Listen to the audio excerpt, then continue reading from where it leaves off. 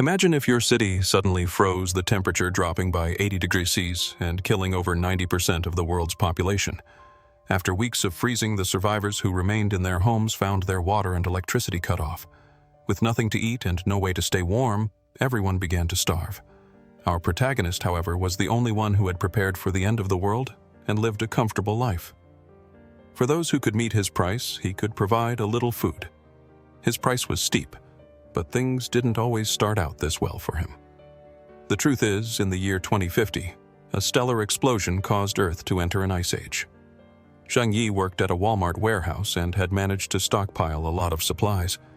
During the apocalypse, the girl he liked, along with a group of neighbors, broke into his house and stole all his food. She even admitted to tricking him into opening the door. On his deathbed, Zhang Yi swore that if he could find her in hell, he would get his revenge. For some reason, he was reborn 3 months before the cataclysm happened. Surprised, he swore not to be a sucker for the girl anymore, to take revenge on those who deserved it, and to enjoy watching his neighbors suffer.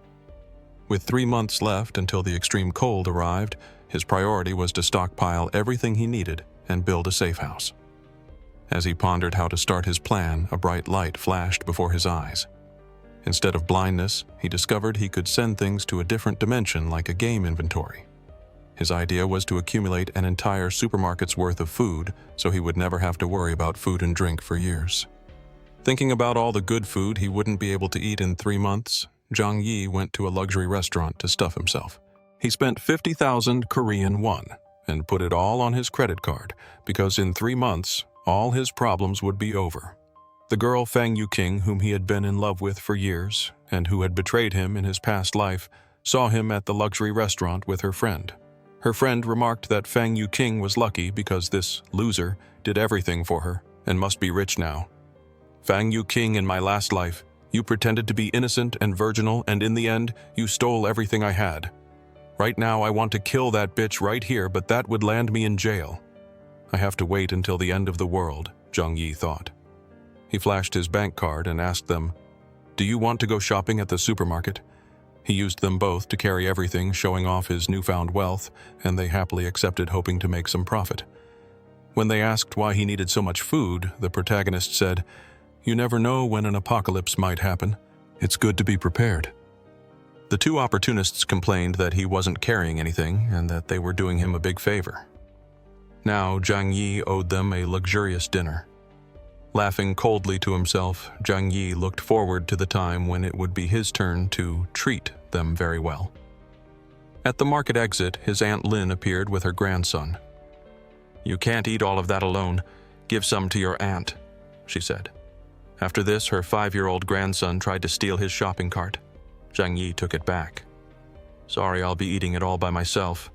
The child started throwing a tantrum, cursing at Zhang Yi. "I'll punch your teeth out if you keep this up," Zhang Yi warned. The kid immediately started crying. Aunt Lin demanded to know what he was doing, an adult fighting with a child. She said she would buy the chocolate for her grandson and transfer the money later. He showed her his QR code and said, "Not later, now."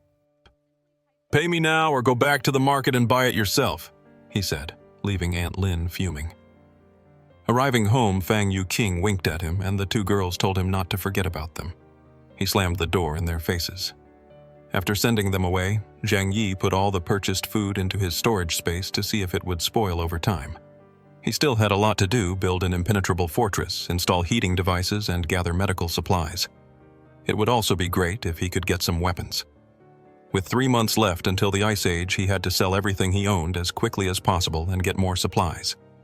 The next day, he checked the freshness of the food in his storage space and discovered that while living creatures couldn't be stored, the food remained as fresh as when he put it in. Knowing this, Zhang Yi picked up his phone and contacted the best local restaurant, ordering 500 full meals for delivery. He explained that he would be hosting a 3-day, 3-night feast. His next step was to find his property deed and go to the bank to mortgage his apartment. Considering that money would become worthless paper after the apocalypse, Zhang Yi decided to take out a huge loan with his apartment as collateral. The manager warned that the interest rate would be high, but Zhang Yi just rubbed his hands together, indicating that it didn't matter. He got 9 million and would have to repay 30 million in 3 months or lose his house and car. Next, he went to the best security company. A business manager asked if he needed help. Zhang Yi shared his idea of building a safe house for the apocalypse. The manager presented various plans, but Zhang Yi was not satisfied. He declared that the house must be reinforced with aviation-grade materials, the balcony must use bulletproof glass, and it needed an air filtration system and a 360-degree blind spot-free monitoring system. The front door had to be made of the same material as a bank vault door.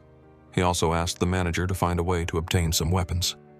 The business manager was surprised by these requests, but said he could get everything except the weapons. Zhang Yi concluded that this would turn his house into a fortress. The final plan cost 8 million. After paying the deposit, he told them to start work immediately. He still needed weapons for self-defense. He called the owner of a hunting club and managed to get some crossbows. As soon as he returned home, the 500 meals he had ordered arrived on several trucks. This caught the attention of many people in the neighborhood, as delivery trucks from a 5-star hotel were a rare sight and the order must have cost at least 1 million. Wasting no time, Zhang Yi put everything into his storage space. He wouldn't need to worry about food for years. The next day, workers from the security company came to start building the safe house. This attracted the attention of many neighbors who mocked Zhang Yi, asking if he had taken the wrong medication. He didn't care. When the end came, they would find out who the real joke was. Zhang Yi then went to the manager of the company where he worked and bought a portion of their medical supplies, offering double the market price to have priority. Then he transported everything home little by little. His recent stockpiling also caught the attention of Fang Yuqing, who asked if something was about to happen, mentioning that she had been thinking a lot about him. The protagonist ignored her fake concern, leaving her angry. Zhang Yi, the suck-up who used to do everything she asked, was suddenly ignoring her. Her friend simply laughed, stating that if something big were happening, the government would have notified everyone. All she had to do was win over the nouveau riche Zhang Yi so they could benefit. After weeks of work, Zhang Yi's safe house was complete. The company had also installed surveillance systems on every floor of the building. Zhang Yi was very pleased. Now only one last batch of supplies was about to arrive, several trucks of drinking water. One of the delivery drivers was his Uncle Yu, who lived in the neighborhood. He was curious why his nephew had ordered so many gallons of water. In his past life, Uncle Yu was one of the few people who had been kind to Zhang Yi. So he whispered to his uncle, "Uncle, the weather this year is going to be very cold. You should stock up on supplies to prepare as soon as possible." Hearing this, Uncle Yu was skeptical, but seeing Zhang Yi's serious face, he couldn't help but take it to heart. In the following weeks, Zhang Yi spent his days spending all his money stocking up on more supplies and practicing with his crossbow. With only 3 days left, the weather was already becoming abnormal. The final moment arrived. At his job, where he was the stock supervisor, Zhang Yi made tea and invited all his colleagues for a drink. An hour after they drank it, they all passed out. After turning off the surveillance cameras, he calmly began to steal all the resources from the Walmart warehouse, fuel, food, and equipment. He quickly emptied the entire warehouse. One of the boxes caught his attention, cold resistance equipment that could withstand temperatures of 100 degrees C. To complete his perfect plan, Zhang Yi also drank some of the special sleeping tea and joined his colleagues. 2 hours later, he was awakened by an employee yelling that they were screwed. The warehouse had been robbed. Hearing this, he pretended to be surprised. "How did all the warehouse products disappear?" The manager called him, asking about the theft. Knowing that the entire warehouse was emptied without a trace, and that even the cameras saw nothing, the manager immediately accused the supervisor of planning the crime. Zhang Yi, smiling nervously, said he wasn't competent enough for that. Everyone was taken to the police station for questioning, but nothing was found. How could they find out that the warehouse had been teleported? After the interrogation, the police officer told them not to leave the city as everyone was a suspect. Maliciously, Zhang Yi replied that he wouldn't even leave his house. This incident on December 10th made news in the city. No one could believe that tons of supplies had disappeared without a trace in less than 3 hours. It was also on this day that heavy snow began to fall.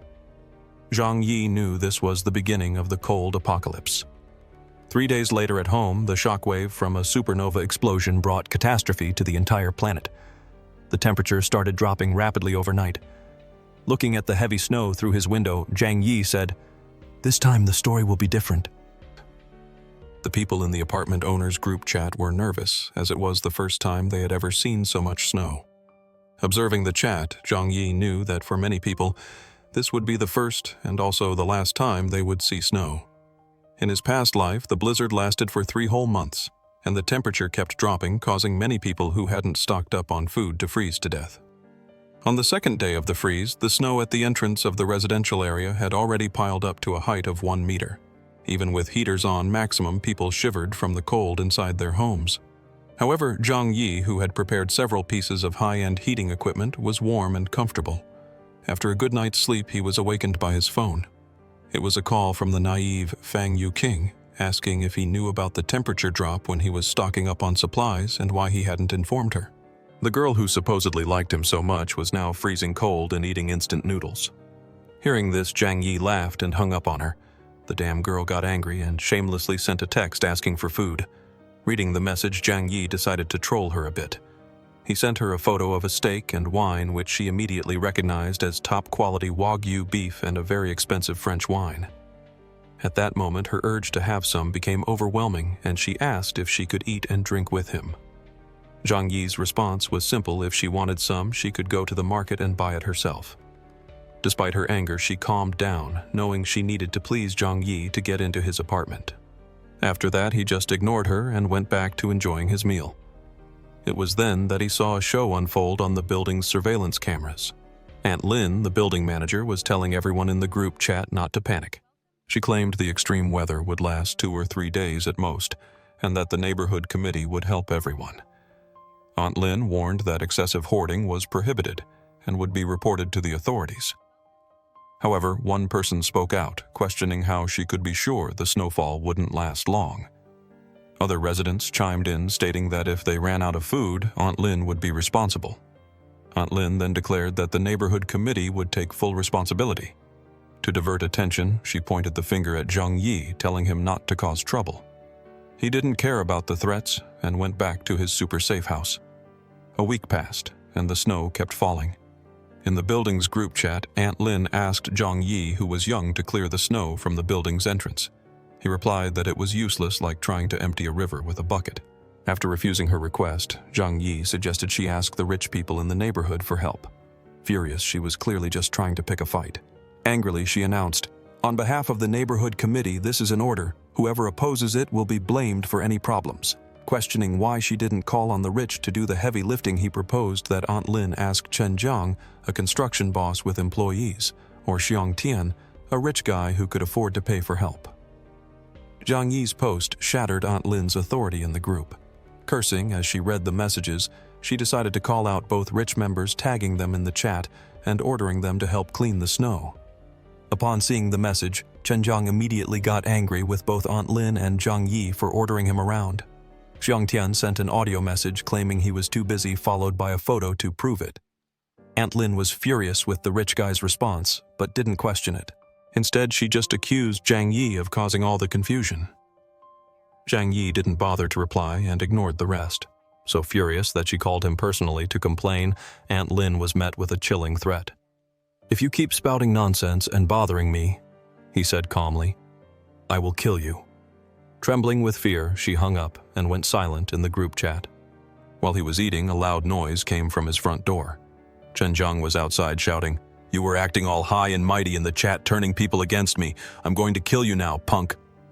Zhang Yi grabbed his crossbow and went to the door. While Chen Jiang was kicking it, Zhang Yi aimed through the mail slot. "Who's going to kill whom first?" he asked coolly, before firing an arrow that struck Chen Jiang's shin. Through the peephole, he watched the arrogant thug groan in pain on the floor. No one would have imagined that the quiet, honest boy would have the courage to react like this. Chen Jiang didn't know this was just the beginning of Zhang Yi's revenge. In the freezing cold, Chen Jiang could die from infection if the wound wasn't treated. Struggling to the elevator, he couldn't believe this kid would do this to him. Zhang Yi actually wanted to kill him. Realizing this, Chen Jiang panicked and called for an emergency, but due to the snow, no assistance was possible. He had to treat himself. Taking advantage of his numb leg, he pulled the arrow out and then grabbed his phone to send a threat in the owner's group. "Zhang Yi, you watch your back. I will kill you." Fearlessly, Zhang Yi responded, "Come here again, and I'll finish the job." This conversation horrified the onlookers in the chat. No one had ever dared to confront Chen Jiang directly. Furious Chen Jiang called all his employees. In no time, a mob of men, each armed with a makeshift weapon, arrived at his house. A man nicknamed Baldy led them to Zhang Yi's door. "Zhang Yi, you offended our big bro. Today is the day you die." Attacking the door, which he assumed was wood. Baldy's sword broke and he was sent flying. Scared, Baldy shouted, "This door is made of pure metal. How many enemies does this kid have? His house is more protected than a bank." Watching on his security cameras. Zhang Yi noted that they seemed weak and hungry. As the group grew angrier, he had an idea. He grabbed a water hose, connected it to his kitchen tap, and fed it through the mail slot. Seeing the opening and not an arrow, the workers thought it was safe. Suddenly, the hose sprayed freezing water on all of them. Many fell to the frozen ground, while only a few managed to escape. Zhang Yi was quite satisfied. In this cold, freezing water was more dangerous than a weapon. In Chen Jiang's apartment, the three who escaped huddled together, trembling. "What happened?" he raged. "A whole group of you couldn't get one boy." They explained that Zhang Yi had a burglar-proof steel door and sprayed them with cold water. Chen Jiang ordered, "He can't hide in there forever. Put some men to guard his door day and night. The moment he leaves, grab him." At the building's entrance, Uncle Yu led a few people to clear the snow, hoping to dig a path to the supermarket. But they soon realized, just as Zhang Yi had said, they couldn't dig faster than the snow fell. They gave up and returned. Watching this, Zhang Yi knew that human power was no match for a disaster of this scale. Even as the television reassured citizens, he was the only one who knew that 95% of the global population would freeze to death. His former crush, Fang Yuqing, sent him a message asking if he was okay. If she hadn't betrayed me, she could be here in luxury, he thought. "I'm fine," he replied. "I'm out of food," she said. "You bought so much stuff." "Give me some and I'll treat you to dinner later." Slightly annoyed, Zhang Yi sent a photo of a lobster. "Sorry, dinner is already being served." Seeing this, she got annoyed, thinking that this was why he was single and that his chances with her were over. Her best friend then messaged him, "You made Fang Yuqing sad." Seeing this, Zhang Yi thought the drama was weak. The friend gave up. "The snow won't last long. Why can't you help your lovely neighbors? You might even win Fang Yuqing over." Zhang Yi ignored her, responding with just an "oh." This pissed off the other girl too. This loser suddenly turned into some alpha male red-pilled Sigma she thought completely bewildered. They had an idea if this loser wouldn't serve them anymore, they could use another one. Fang Yuqing called another admirer Zhou Ping. He came running with a big bag of supplies, saying it was all the food he had. As soon as they had the bag, her friend slammed the door in the poor guy's face. Fang Yuqing didn't even care. She was just thinking about getting revenge on Zhang Yi for ignoring her. 5 days passed, and the snow kept increasing. As Zhang Yi ate a piece of chicken, the real drama began. The entire building went dark. The electricity was out. Soon, neighbors came out of their homes asking if anyone had power. With the electricity gone, the heaters stopped working. It was getting cold enough to die. Before finishing his chicken, Zhang Yi casually picked his teeth and switched on the generator he had procured from the warehouse. Aunt Lin, the committee member, trembled as she held her grandson. A message arrived on a private channel saying this was a global snowstorm that occurs once every 100,000 years and that humanity could be on the brink of a mass extinction event. Reading this, Aunt Lin was shocked. She then devised a plan she needed to make all the residents give up their food before they received this news. Aunt Lin posted a message in the owners group. "Don't worry, this disaster is temporary. The authorities have issued an order.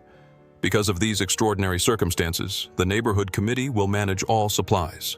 Those who do not cooperate will be arrested." Seeing this, everyone became dissatisfied, especially Chen Jiang, but even he had to obey a police order. Aunt Lin continued, "The committee has decided to collect all supplies from each owner and distribute them equally to help everyone overcome this crisis." Upon seeing this, Zhang Yi remembered she had done the same thing in his past life, stealing food from all the residents. Aunt Lin's mistake was sending a private message to Zhang Yi.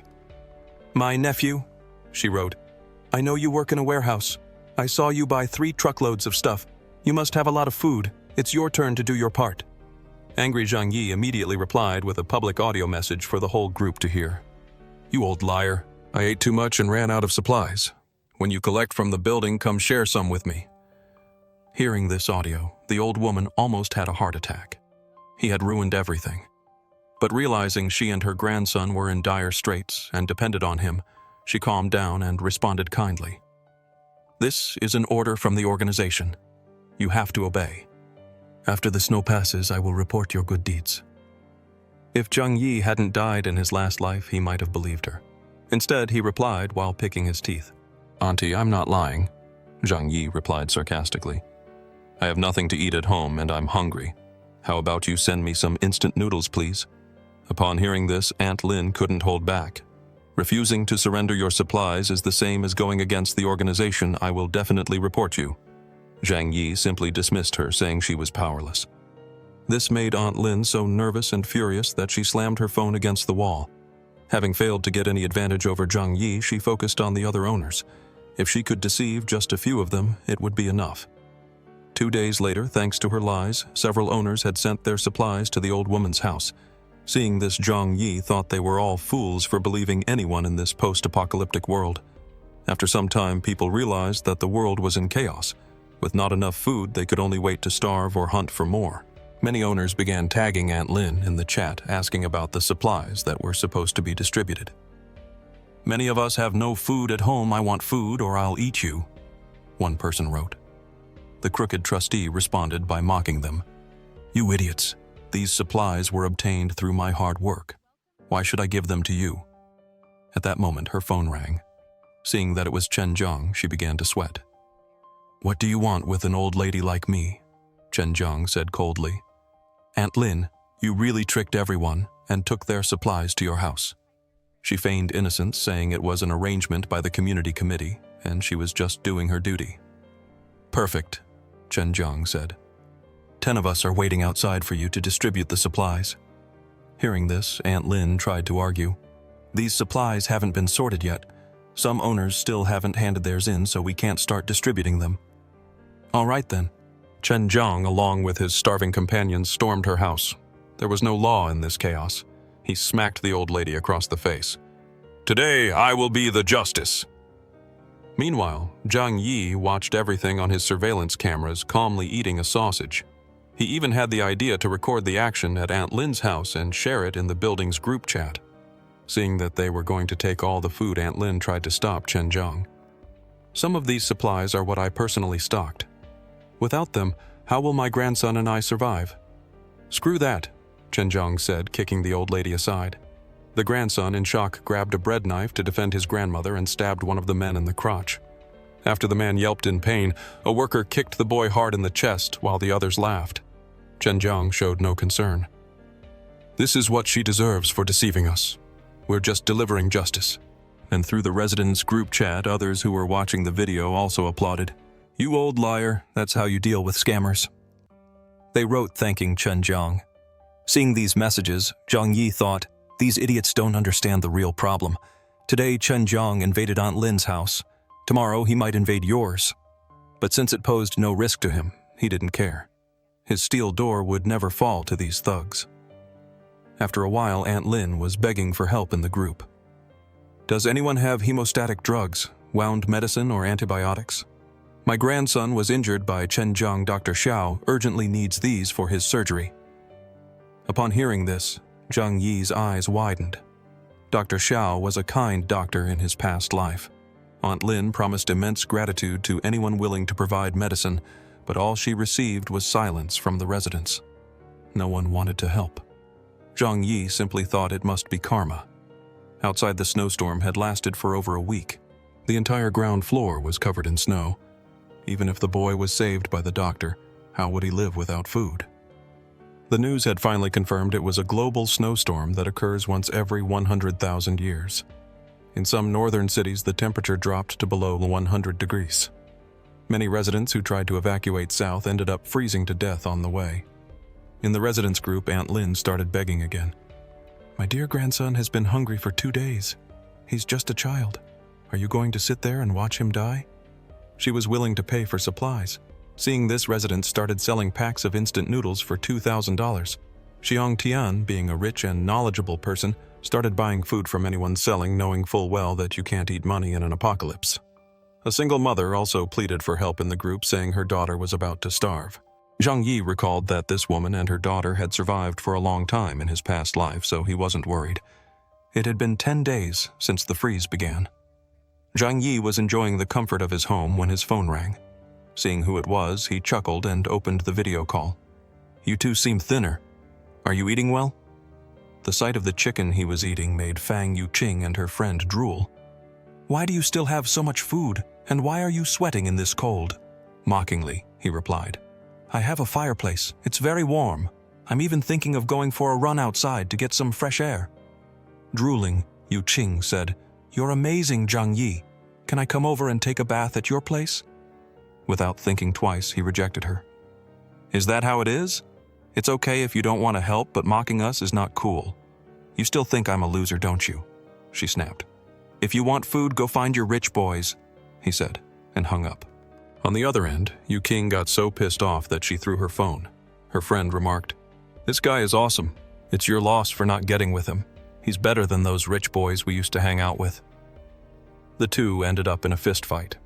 Meanwhile, the government stopped hiding the news and announced that to conserve power, electricity would only be available at night for low-power devices. After their fight, Yuqing and her friend decided to be more direct. Yuqing called the other loser Zhou Ping and spun a tale about how Zhang Yi had tried to defile her purity just because he had food. Enraged, Zhou Ping said Zhang Yi was a scumbag who needed to be taken down. Yuqing then manipulated him into robbing Zhang Yi's house.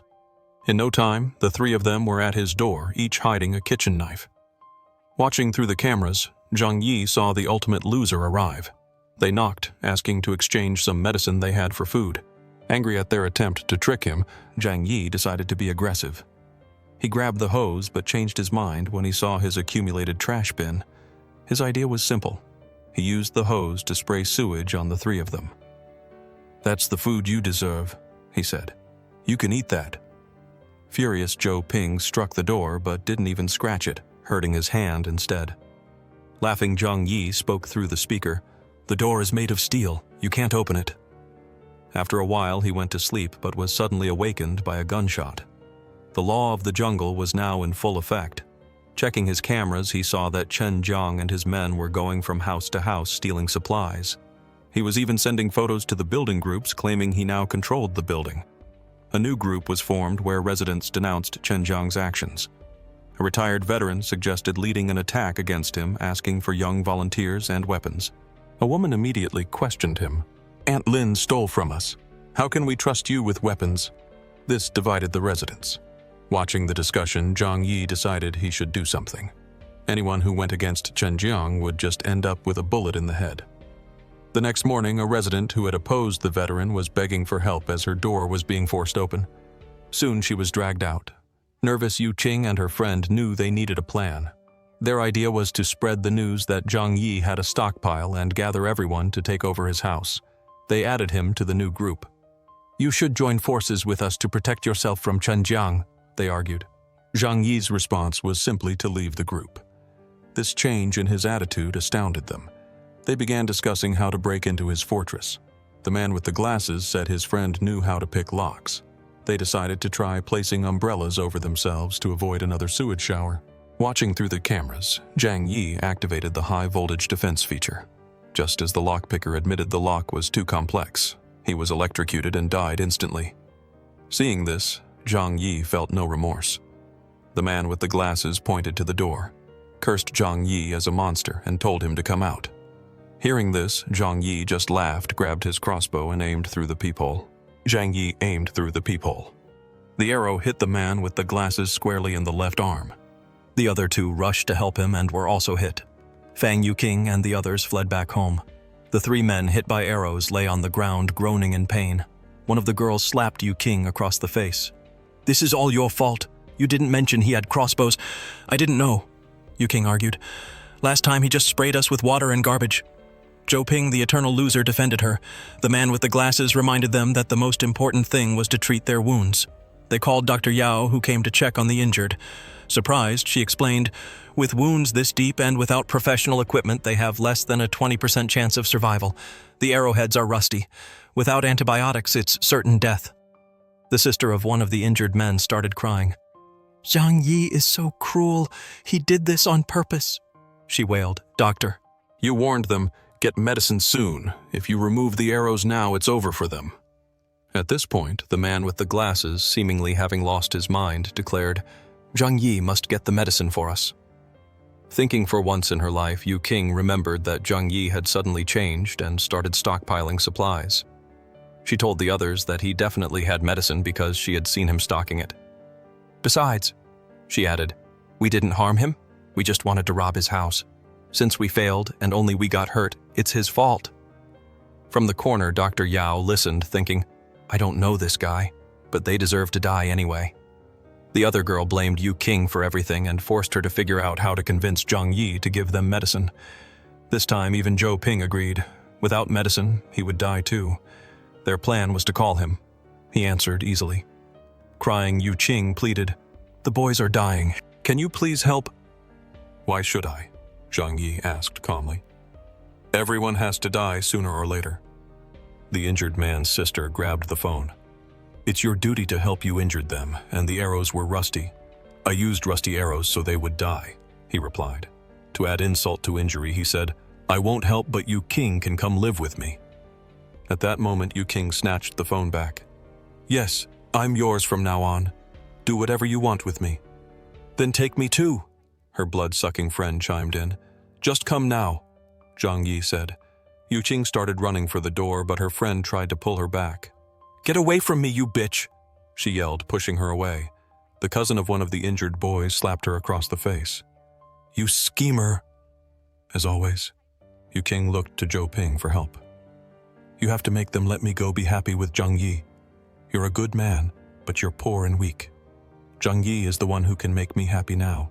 The poor kid practically collapsed in emotional pain. She bolted for the door, but the others stopped her.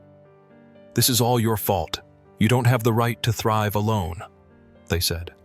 Dr. Yao reminded them again, without medicine, it's certain death, and then left. The man with the glasses said they should go ahead with their plan, spread the word that Zhang Yi has plenty of food. When Chen Zhang and the others take over his house, we can get medicine. Yu Qing was against doing this to her brother Zhang Yi, but the other girl threatened her, if you open your mouth, you'll lose your teeth. Even Zhou Ping told her this plan was their only choice. They posted the photos and videos Zhang Yi had sent in the building's group chat. Seeing the messages, Chen Zhang drooled. Perfect, I can get my revenge. In the residence group, people begged Zhang Yi to distribute his supplies. Some asked for just one meal.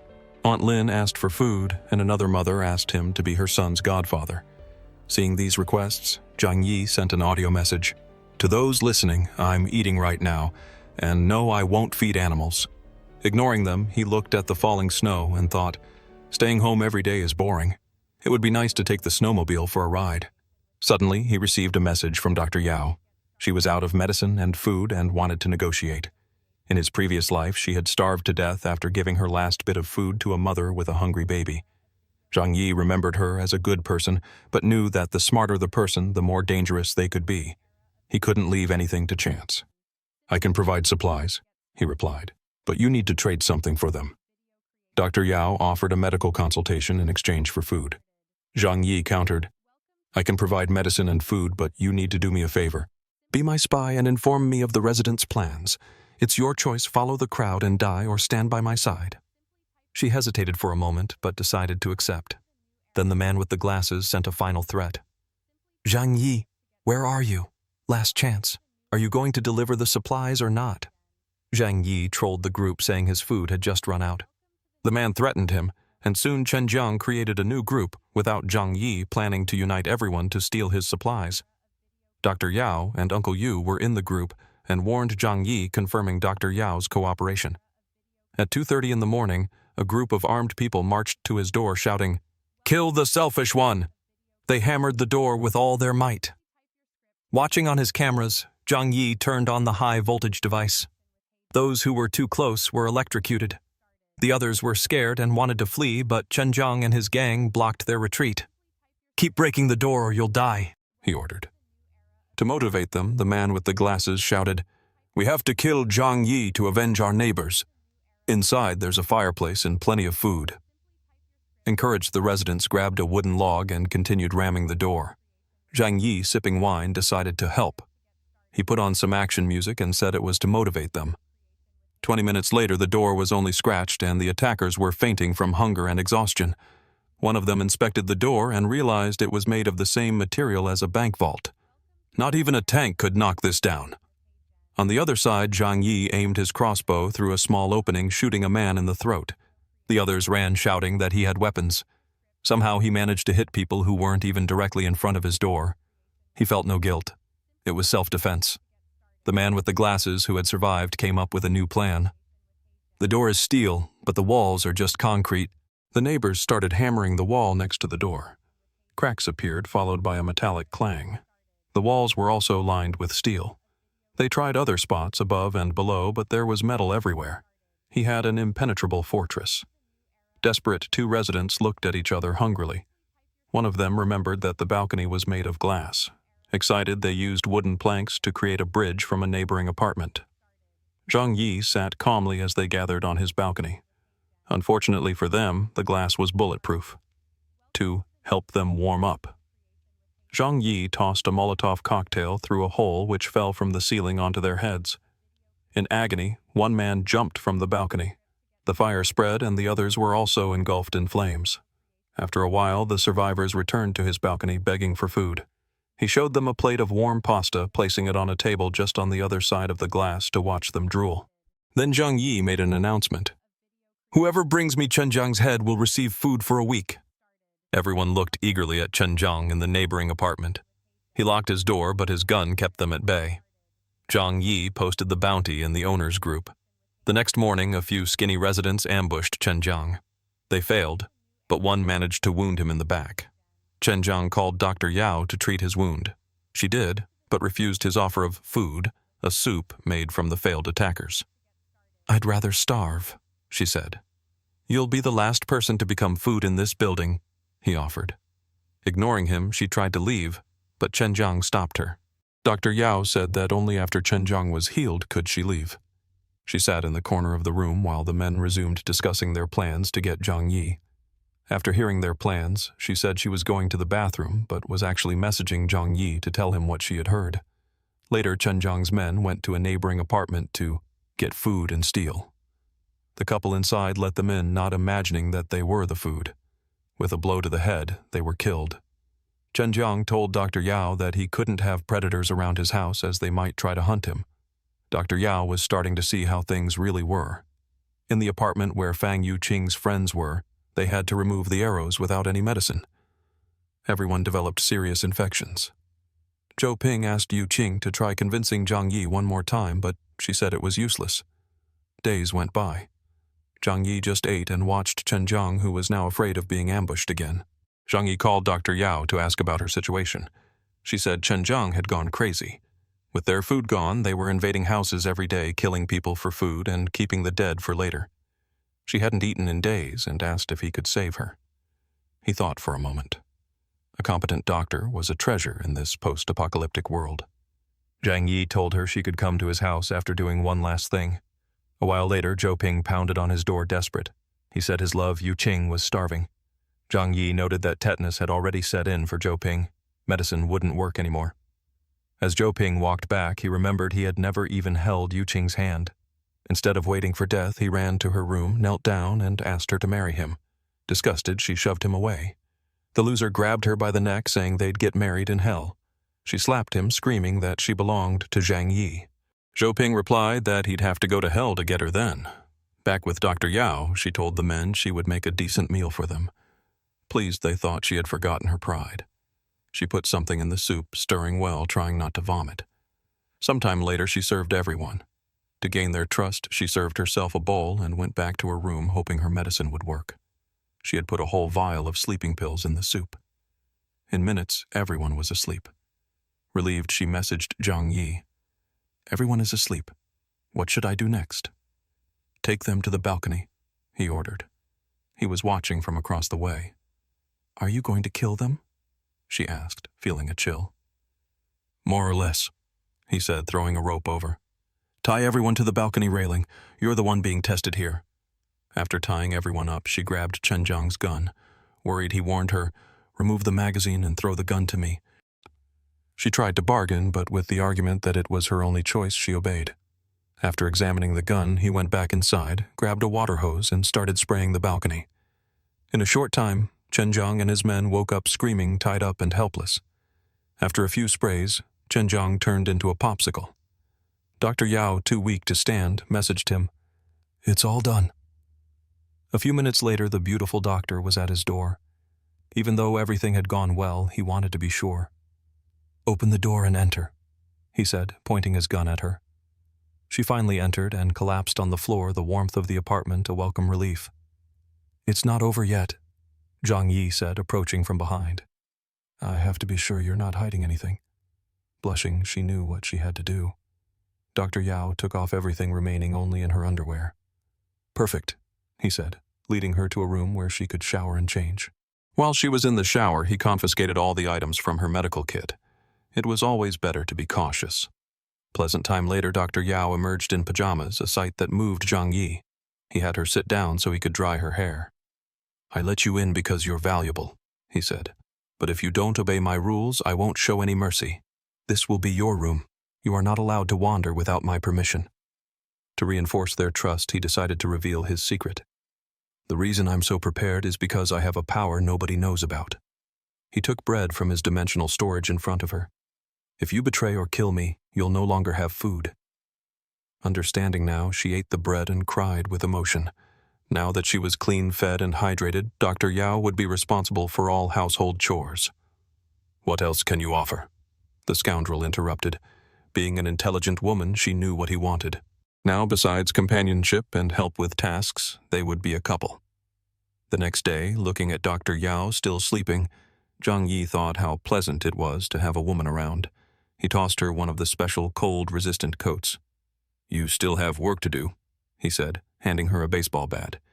"Go out there and destroy the frozen bodies." Without hesitation, she went and started bashing the popsicles while he filmed her. The purpose of the recording was to send it to the residents group, showing that Chen Zhang was now in pieces. People just praised and celebrated. He then received a call from Yu Qing. "I heard about Chen Zhang's death," she said with a crazed look. "I'm ready to be your woman now." Her friends ready to kill her could be heard screaming in the background. Zhang Yi messed with her mind even more, sending a picture of Dr. Yao and saying, "She's my fiancée." Yu Qing went insane, screaming that she loved him more than anyone. "You don't matter," he said, hanging up. Zhang Yi asked his new girlfriend if he had been too cruel. "You have your reasons," she replied. Shortly after his phone rang, it was his Uncle Yu. He had survived thanks to Zhang Yi's warning. He was now with Shu Li, the single mother. Her son was sick and they needed medicine. Of all people, Uncle Yu was the only one Zhang Yi would help. He told him to come get the medicine. When they arrived, he threw the medicine through the mail slot. His uncle thanked him, but the woman wanted more. "I know you have a fireplace. My baby needs to warm up." "It's broken," Zhang Yi lied. "My girlfriend and I have to wear 7 or 8 coats to stay warm." "If Dr. Yao is with him, why can't we come in?" the woman insisted. "She's my fiancée, that's why," he said. Dr. Yao blushed. Finally, Uncle Yu had enough and said the medicine was more than enough. After sending them away, Zhang Yi went to rest on his girlfriend's lap. He thought that Shu Li being around could mess up his plans. It was no wonder that when they returned home, Uncle Yu confronted her. "Why were you abusing my nephew's trust? We owe him. He just did it to collect favors later," she claimed. "He's selfish." "That's enough," Uncle Yu shouted. "I may be old, but I'm not stupid. If you badmouth him again, you'll be on your own." The smart woman let the subject drop. The following morning, people from another building dug a tunnel to Zhang Yi's building. They saw any they encountered as enemies. They were aware of the sturdy door and had brought dynamite. One of them lit it and ran. The absurd noise of the explosion woke Zhang Yi. Through his cameras, he saw they were construction workers who lived nearby, and they had come to investigate the blast. The construction workers were certain the explosion would destroy the door, but nothing happened. Angry at this attempt, Zhang Yi retaliated maliciously. A grenade solved their cold problem. After warming them all up, he used his Glock to put several of them to sleep.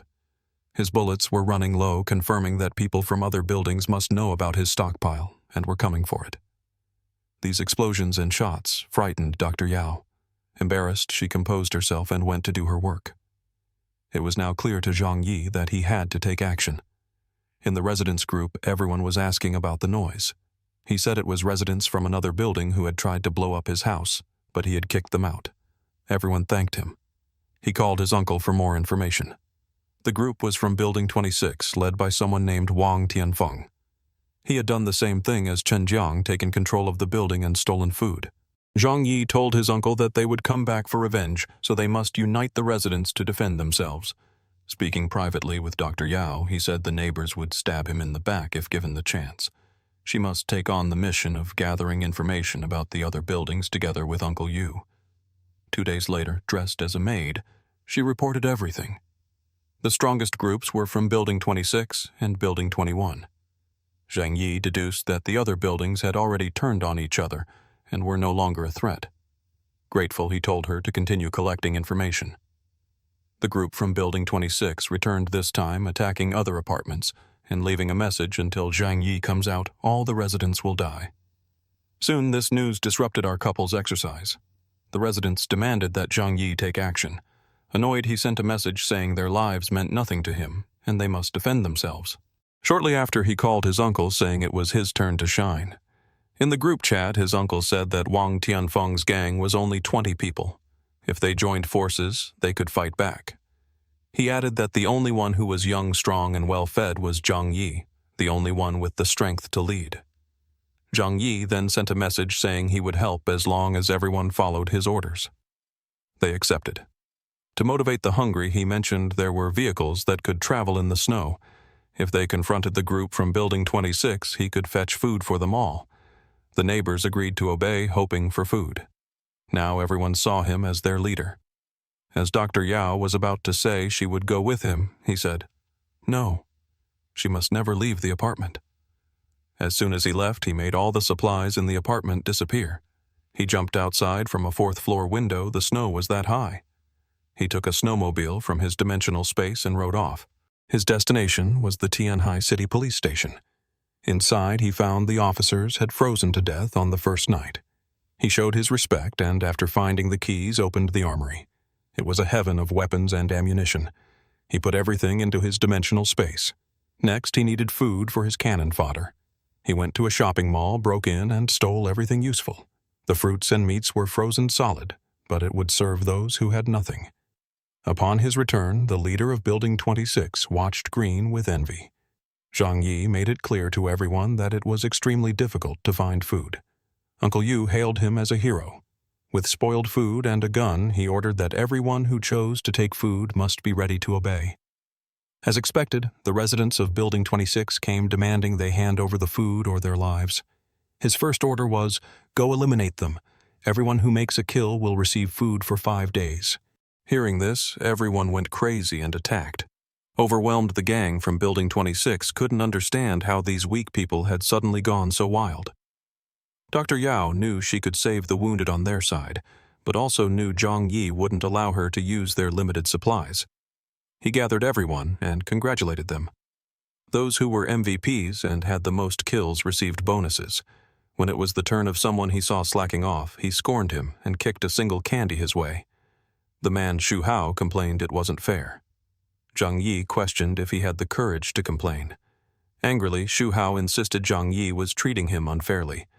Zhang Yi gave the order, and 2 neighbors held the discontented man. He stepped on the candy, grabbed the man's hair, and made it clear, "Work equals food. No work equals no food." Amid the crowd, he heard a familiar voice. Fang Yuqing and her friend were there, saying they hadn't gotten their food yet.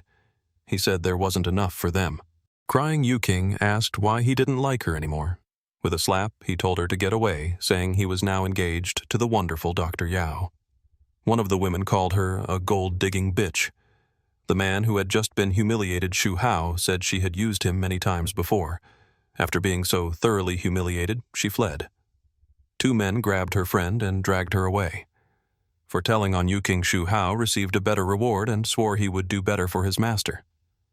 After the show, Zhang Yi organized the building's fortification. The 47 survivors were divided into 6 groups of 7 to guard the stairs 24/7 with Uncle Yu, a former veteran, in charge. Back in his apartment, he took his new sniper rifle out of his storage.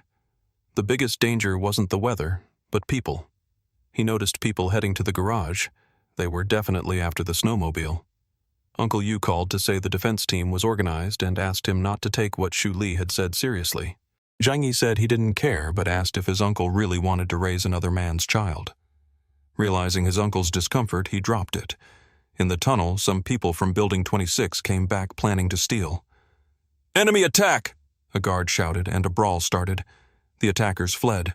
Enjoying the good life, Zhang Yi saw them fleeing and said he was in the mood to shoot. Even knowing the consequences of him pulling the trigger, the fugitives scattered. But it was too late.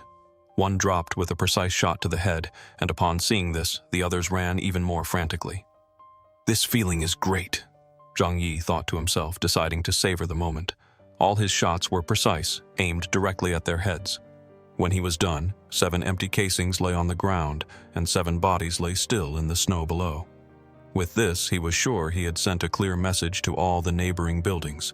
Zhang Yi, the leader of Building 25, has a sniper rifle, and there is no way to confront him. Now they must follow his orders. The next day, Zhuo Yiqian brought him food, claiming she was practicing her cooking.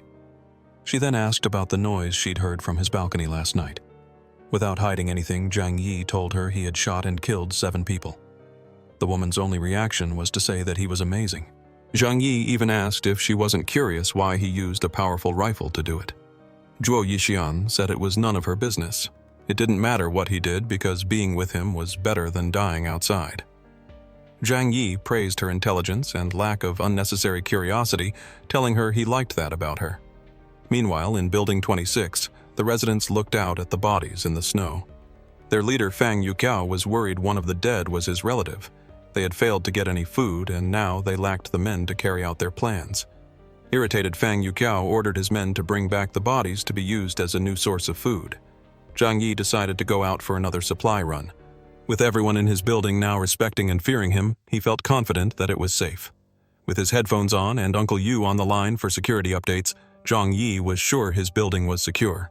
He rode his snowmobile to the industrial district, which housed warehouses for machinery and imported cars. The warehouses were so large that the snow hadn't completely covered them yet.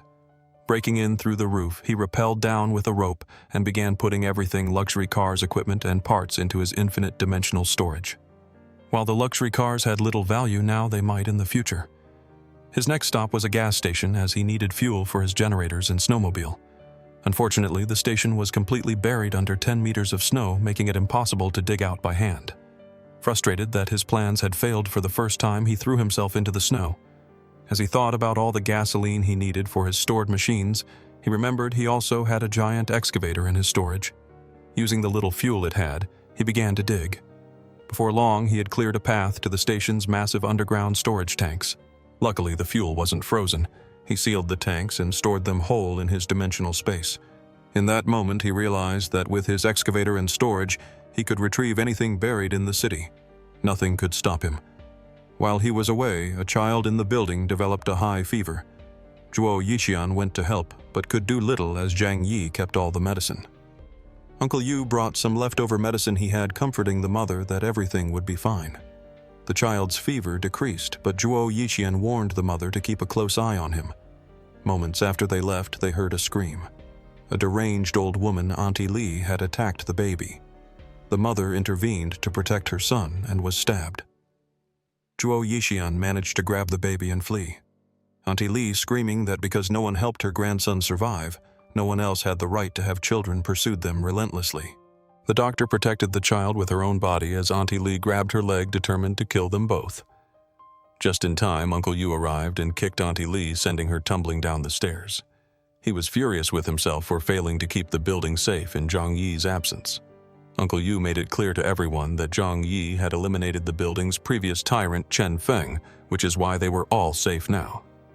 Zhuo Yiqian then revealed the horrifying truth about Auntie Li. After Chen Feng was gone, she had begged Zhang Yi for medicine for her sick grandson. However, when she went to deliver it, she discovered that Auntie Li had already killed and eaten her own grandson. The old woman screamed in denial as Uncle Yu's men stepped forward, declaring that she must pay for her evil.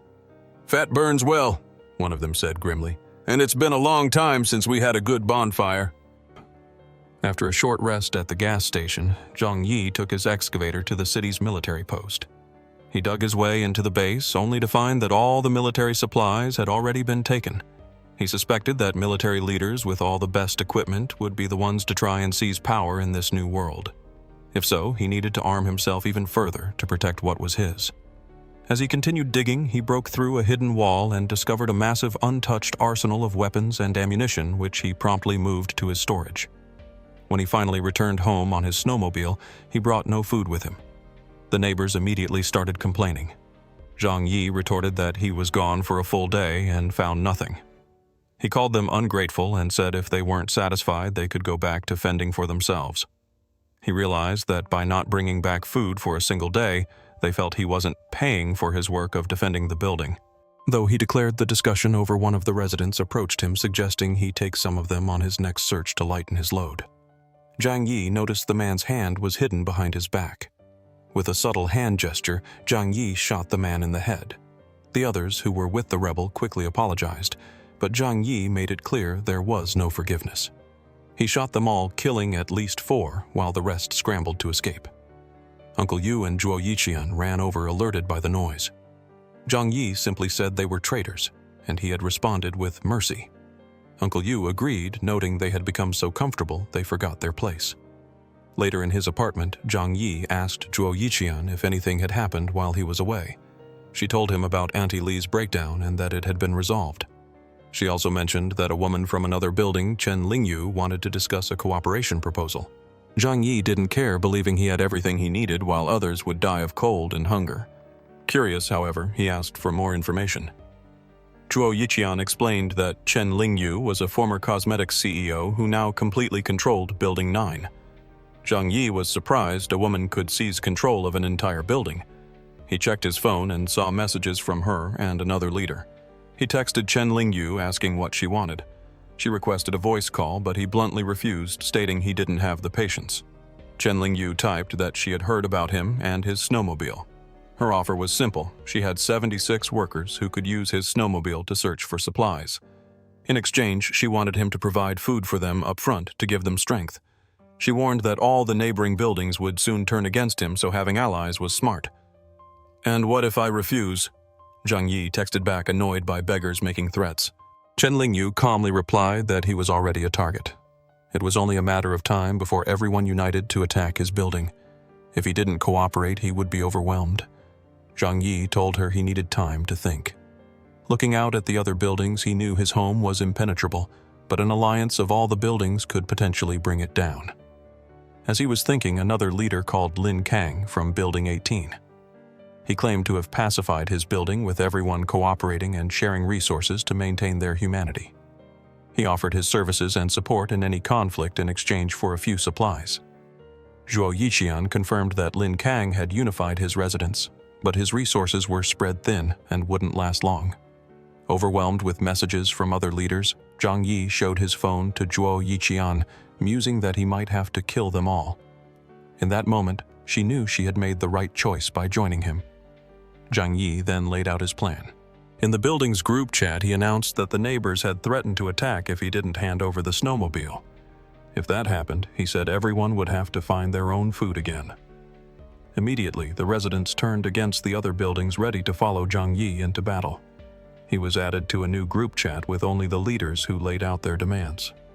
He had a brilliant idea. He agreed to cooperate and set up a meeting with all of them. His true plan was to eliminate all the leaders at once, leaving their followers unable to organize an attack against him. With a meeting place set, he gathered his own building's residents.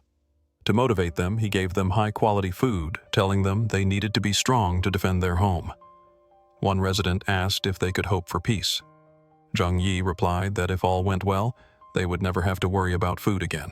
Motivated and idolizing their savior, his followers were now willing to do anything for him. Exiting through their private tunnel, Zhang Yi and his residents headed to the designated meeting place, ready for the confrontation. Even from a distance, Zhang Yi noticed something strange. There were far too many people. He ordered Uncle Yu and the rest of the residents to proceed to the negotiation field while he stayed behind, hidden with his sniper rifle. At the field, Uncle Yu and the residents stood before the leaders of the neighboring buildings and their assembled groups. "They don't look like they want to negotiate," one of Zhang Yi's residents muttered. Another added, It looks more like they want to destroy us. With so many people, they knew they wouldn't stand a chance in a direct confrontation. However, Uncle Yu remained calm. Their goal is to make Zhang Yi cooperate, he stated. Attacking us won't help them achieve that. The leaders of buildings 26, 5, 21, 9, and 18 were confident. Zhang Yi might be intimidating, but against so many people, he didn't have the power to face them all. I don't see Zhang Yi, one of them sneered. He must be scared after seeing our numbers. The situation is completely in our favor. Fang Yuqiao then shouted for Zhang Yi to show himself for the negotiation. Uncle Yu warned them, "Our leader will only meet with the other leaders. You should come this way." Chen Lingyu and the others disagreed, demanding they all come forward. Realizing how things were going, Zhang Yi called Uncle Yu, warning him to move his people away from the other groups. Clever as always, Uncle Yu told the leaders to wait a moment and had his group retreat. With this safe distance established, Zhang Yi whistled, getting everyone's attention.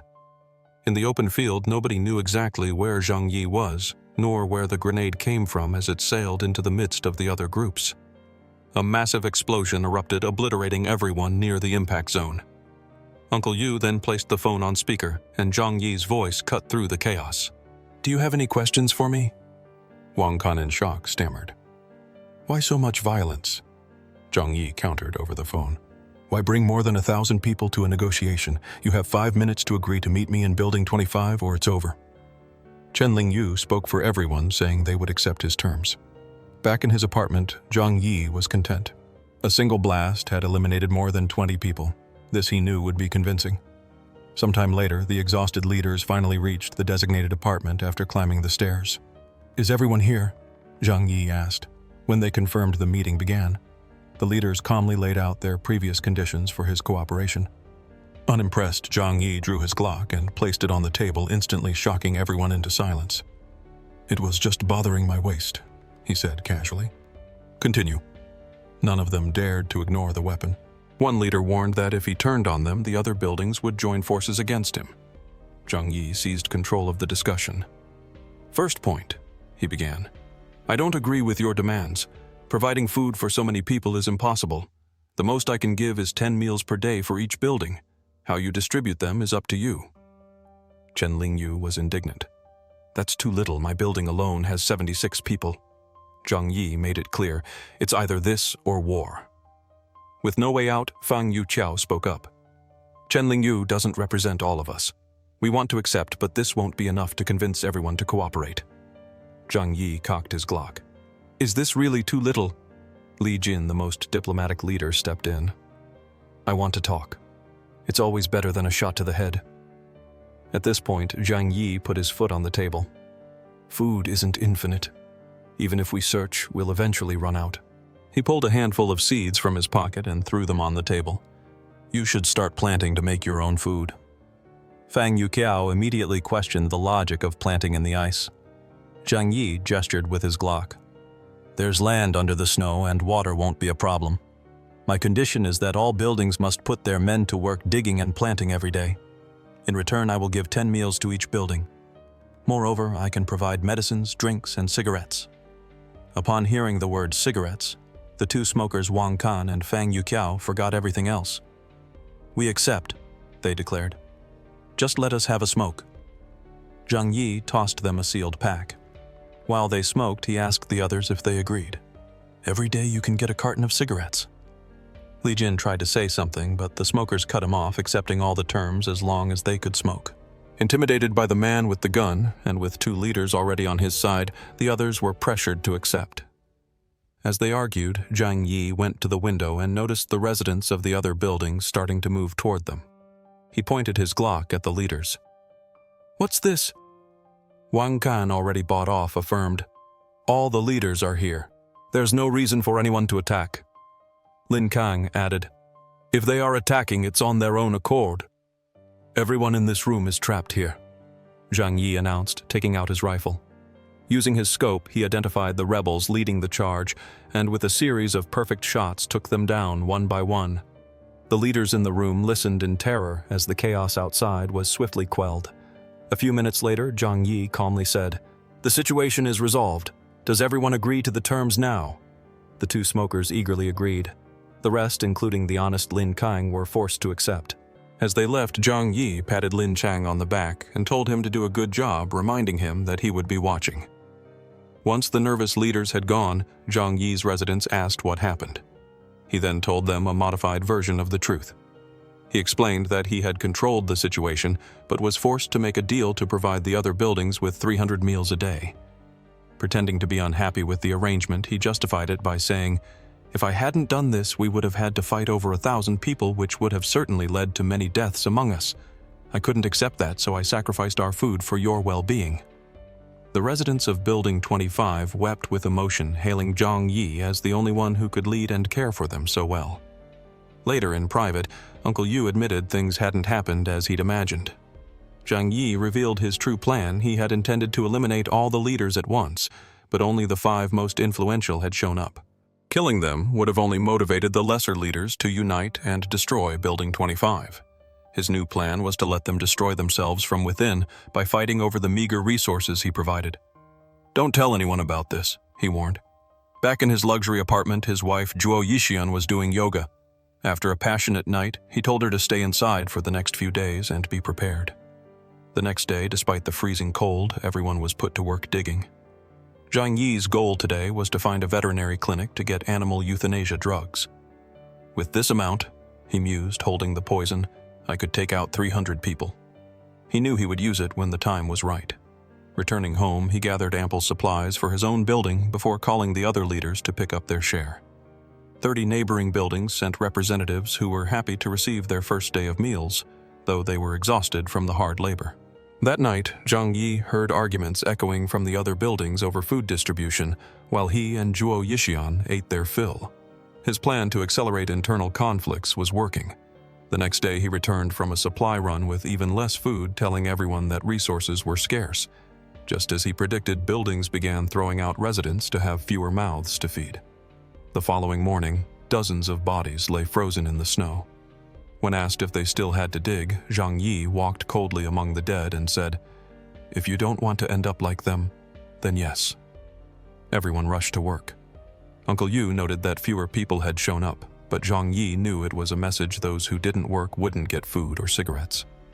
The next day, the number of workers was almost back to normal. As he was leaving, Chen Lingyu approached him. Dirty and worried, she spoke of the chaos. "If things continue like this," she pleaded, "we'll end up killing each other. We could join forces, expand our territory, and build a new kingdom in this world."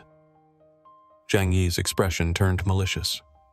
"You're just trying to deceive people to gain power," he accused, noting how many in her own building were already dead because of her methods. "Your negotiation tactics won't work on me." He pushed her away. "People like you die early. Don't count on me." All that was left for her was to beg him to change his mind and make her his right-hand woman. Strangely, despite everything, there were no casualties in Lin Kang's building. Everyone was alive and working. Curious about how this was possible, Zhang Yi went to Lin Kang to ask how he managed to keep everyone alive and cooperating, insinuating that he was hiding the truth. While all the other blocks were at war internally over food, Lin Kang's response was simple. He had hidden nothing from his people, informed them of the deal, and distributed the little food they received equally. Zhang Yi joked that the only result was everyone starving equally. Satisfied, he was about to leave, but Lin Kang asked him to wait, saying that Zhang Yi could help his residents. Zhang Yi suggested that with Lin Kang's leadership skills, he could simply choose the strongest from his group to survive, which would mean more food for them. Instead, Lin Kang preferred to maintain his integrity and try to protect everyone, even if it meant they would all starve together. Zhang Yi left him grappling with the morality of his decision, planting a seed of doubt. Next, Zhang Yi went to the 2 corrupt leaders Wang Can and Fang Yuqiao, who had no complaints about the food they were receiving. He told them that if they needed anything, they could ask him. In this moment, Zhang Yi's true nature was clear. He sympathized with those who took advantage of others and disdained those who tried to be honest and help everyone. Later, other building leaders approached Zhang Yi asking for the same benefits that Wang Can and Fang Yuqiao had cigarettes. He told them that from tomorrow on, they too would be under his care. He then dismissed them, leaving other residents to question why certain leaders were getting special treatment, planting seeds of jealousy among them. Returning home, he lay on his sofa, thinking that it was just a matter of time. Things were going as he had planned. and soon everyone would be lying dead in the snow. Now he had to put the second part of his plan into action. Early the next day, he went in search of food, making sure to get plenty for everyone. With hunger spreading, he laced the supplies with the poison he had saved. The plan was going well, but he wondered when the leaders would turn against him. Surely they wouldn't accept being dominated by one person forever. They had to be plotting something. Although his absolute power and arsenal of weapons made a direct confrontation impossible for them, Zhang Yi decided it was time to strike first. Returning home with much more food than before, he asked Uncle Yu and his loyal followers to be there for protection. This time, as the leaders came to get their meals, those he had favored seemed to be acting strangely. When it was the turn of Building 21, Zhang Yi turned his back to get their food. Suddenly they shouted, "Attack!" and drew their weapons. Shots rang out. Caught off guard, Zhang Yi was saved when Uncle Yu, the one person he truly trusted, stepped in front of him to take the bullets. Immediately, neighbors from other buildings approached to finish the job, confident that Zhang Yi was unarmed. One of them tried to strike him from behind. Not bothering to hide his abilities any longer, he simply pulled a machine gun from his dimensional storage and started firing indiscriminately.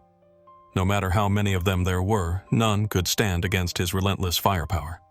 The group of traitors tried to run, but they were all gunned down with shots to the head.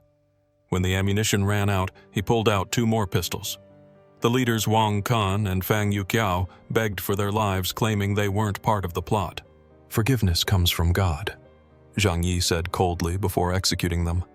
The last one left was Chen Lingyu. She swore she had nothing to do with it, which might have been true, and revealed that she had a 13-year-old daughter to take care of. Without mercy, Zhang Yi shot her in the forehead. After taking down everyone, perhaps feeling a flicker of guilt, he said, "Sorry, but I can't let any tigers live to bite me later." Behind him lay a sea of bodies. To his surprise, one person was still alive, Uncle Yu. He quickly retrieved an adrenaline shot from his storage and injected it into his uncle's chest. He shouted for 2 of his hidden residents to help carry Uncle Yu to Zhuo Yixian. On the way, Uncle Yu's girlfriend Xu Hao saw him and became worried. "Why is he like this? What if he dies? How will I survive?" The fact that she was only thinking about losing her benefits infuriated Zhang Yi. "Shut up," he snapped. "Don't worry." Her demeanor changed. "If Uncle Yu doesn't survive, I can't survive alone without protection. If my love dies, you must take care of our child because I will die too." Zhang Yi wondered why she was so quick to assume the worst. Did she want him to die? Xu Hao started crying, screaming that her husband must live. Tired of hearing it, Zhang Yi told them all to go back to their homes, but she insisted on staying by her husband's side. Out of consideration for Uncle Yu, who genuinely liked her, Zhang Yi relented. As he opened the door to his apartment, the atmosphere changed completely. It was warm and safe, and Xu Hao cried tears of joy. This was the place she had dreamed of living in. While Zhang Yi and Zhuo Yixian brought Uncle Yu inside, Xu Hao went to the kitchen and helped herself to a drink without asking, surprising the couple. She returned happily, asking if he had powdered milk for the baby. Zhang Yi's anger flared. "The focus is on Uncle Yu," he said sharply. He went to another room and retrieved a hospital stretcher from his dimensional storage. Xu Hao wondered if she had just witnessed magic, but he ignored her, asking Zhuo Yixian what equipment she needed. Zhuo Yixian examined the wounds and stated that the bullets' locations indicated severe internal organ damage. Saving him seemed impossible. Upon hearing this, Xu Hao began to scream and cry. Angry Zhang Yi pointed at her, warning that if she interfered again, there would be serious consequences. Realizing she was trying to escape to explore the apartment, Zhang Yi stepped in. He made it clear she would stay and help and would only leave the room when Zhuo Yixian was finished. He left the women at home and rushed down to the first floor, calling all the residents. "We've been betrayed and Uncle Yu might not survive. Now we strike back." Most neighbors were against it, arguing that the other buildings housed over 1,000 people. But Zhang Yi's plan was different. They would only stand watch outside. Anyone leaving the buildings would be attacked. He would handle the rest. Anyone who did not participate would be considered a traitor. Soon, his group arrived at the door of Building 21. Residents on the upper floors saw him leading the charge and were paralyzed with fear. Most only had melee weapons. He could magically produce a machine gun and mow them all down. He had his people watch the exits while he entered the lobby, where he pulled wood clothes and gasoline from his storage. Connecting everything with trails of fuel, he lit his lighter.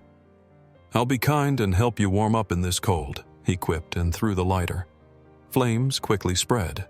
As smoke billowed up the stairs, terror erupted on the upper floors. Many found their windows frozen shut. Calmly, Zhang Yi exited the burning building. "The rest is up to you," he told his followers. "Don't let anyone escape." As the flames grew, many residents chose to jump their spines, shattering on the frozen ground below. One of Zhang Yi's followers, a woman, showed no pity, finishing off the crawling, burning survivors with her knife. When her boyfriend nervously asked if she was okay, she turned to him with the face of a sweet angel and said, "This is just work." In a few minutes, Building 21 was eliminated. Next, Zhang Yi led his people to Building 26. Panicked, the residents there shouted that they were innocent and didn't support their leader, Fang Yuqiao. Laughing, Zhang Yi said it didn't matter. "You're all going to burn." Soon, that building and 5 others met the same fiery fate. "That's enough for one night," he declared. He told his followers they could stay and warm themselves by the fires. He went to the bodies of Wang Kan and Fang Yuqiao, the 2 leaders who had been most loyal to him. It didn't make sense for them to betray him after being treated so well. He took their cell phones to investigate, and looking at their conversations, he finally understood why. After dealing with the rebellious buildings, Zhang Yi returned home. The steady rhythm of the heart rate monitor indicated that Uncle Yu was out of danger. He happily told Zhuo Yiqian she was indeed the best surgeon in the city. As they talked, Xu Hao approached, asking for food for herself and her baby. Looking at her with disdain, he pulled a packet of instant noodles from his storage and threw it on the ground. "I won't let you starve," he said. But she complained, "That's not enough," pointing out the eggs and chicken she had seen in the kitchen. Zhang Yi nearly exploded with anger. Even Zhuo Yixian was shocked by her audacity. "It's instant noodles or nothing," he snapped. Later, as Zhang Yi massaged Zhuo Yixian's legs, she recounted that Uncle Yu's recovery was unusual. During the surgery, his wounds had begun to heal with unnatural speed. Hearing this, Zhang Yi had an epiphany. He concluded that the supernova explosion must have unleashed a gamma-ray wave that granted powers to certain people under specific conditions. The trigger, he realized, was a near-death state. He had been dying at the hands of Fang Yuqing when his dimensional storage ability awakened and saved him. Uncle Yu was dying from 3 gunshot wounds when his regeneration power activated. Accepting this, he told Zhuo Yiqian to keep his uncle sedated. He could only be allowed to wake up at the right time. When Xu Hao was looking for something to eat, he bluntly told her that he had stored everything, so there was no use looking. He then ordered her to take care of Uncle Yu full-time and do whatever was necessary. The woman obeyed and went to her husband's room. His next step was to deal with another traitor. He went up to the top floor of the building, police shield in hand, shot the lock on the door, and kicked it open. Fang Yuqing ran towards him with a knife, but her blade struck the shield, causing her to lose her grip and fall backward. Zhang Yi remarked that it had been a long time since he'd seen her. Looking at her best friend's body on the table, he said he now understood how someone as incompetent as her had managed to stay alive. Lost in anger and madness, she screamed, "Why couldn't anyone kill you? It's your fault. If you had just been a loser like you always were, I would have accepted being with you." Zhang Yi had no desire to talk. He immediately struck her leg with a bat, breaking the bone. Dragging her by the hair, he said, "I should have done this a long time ago."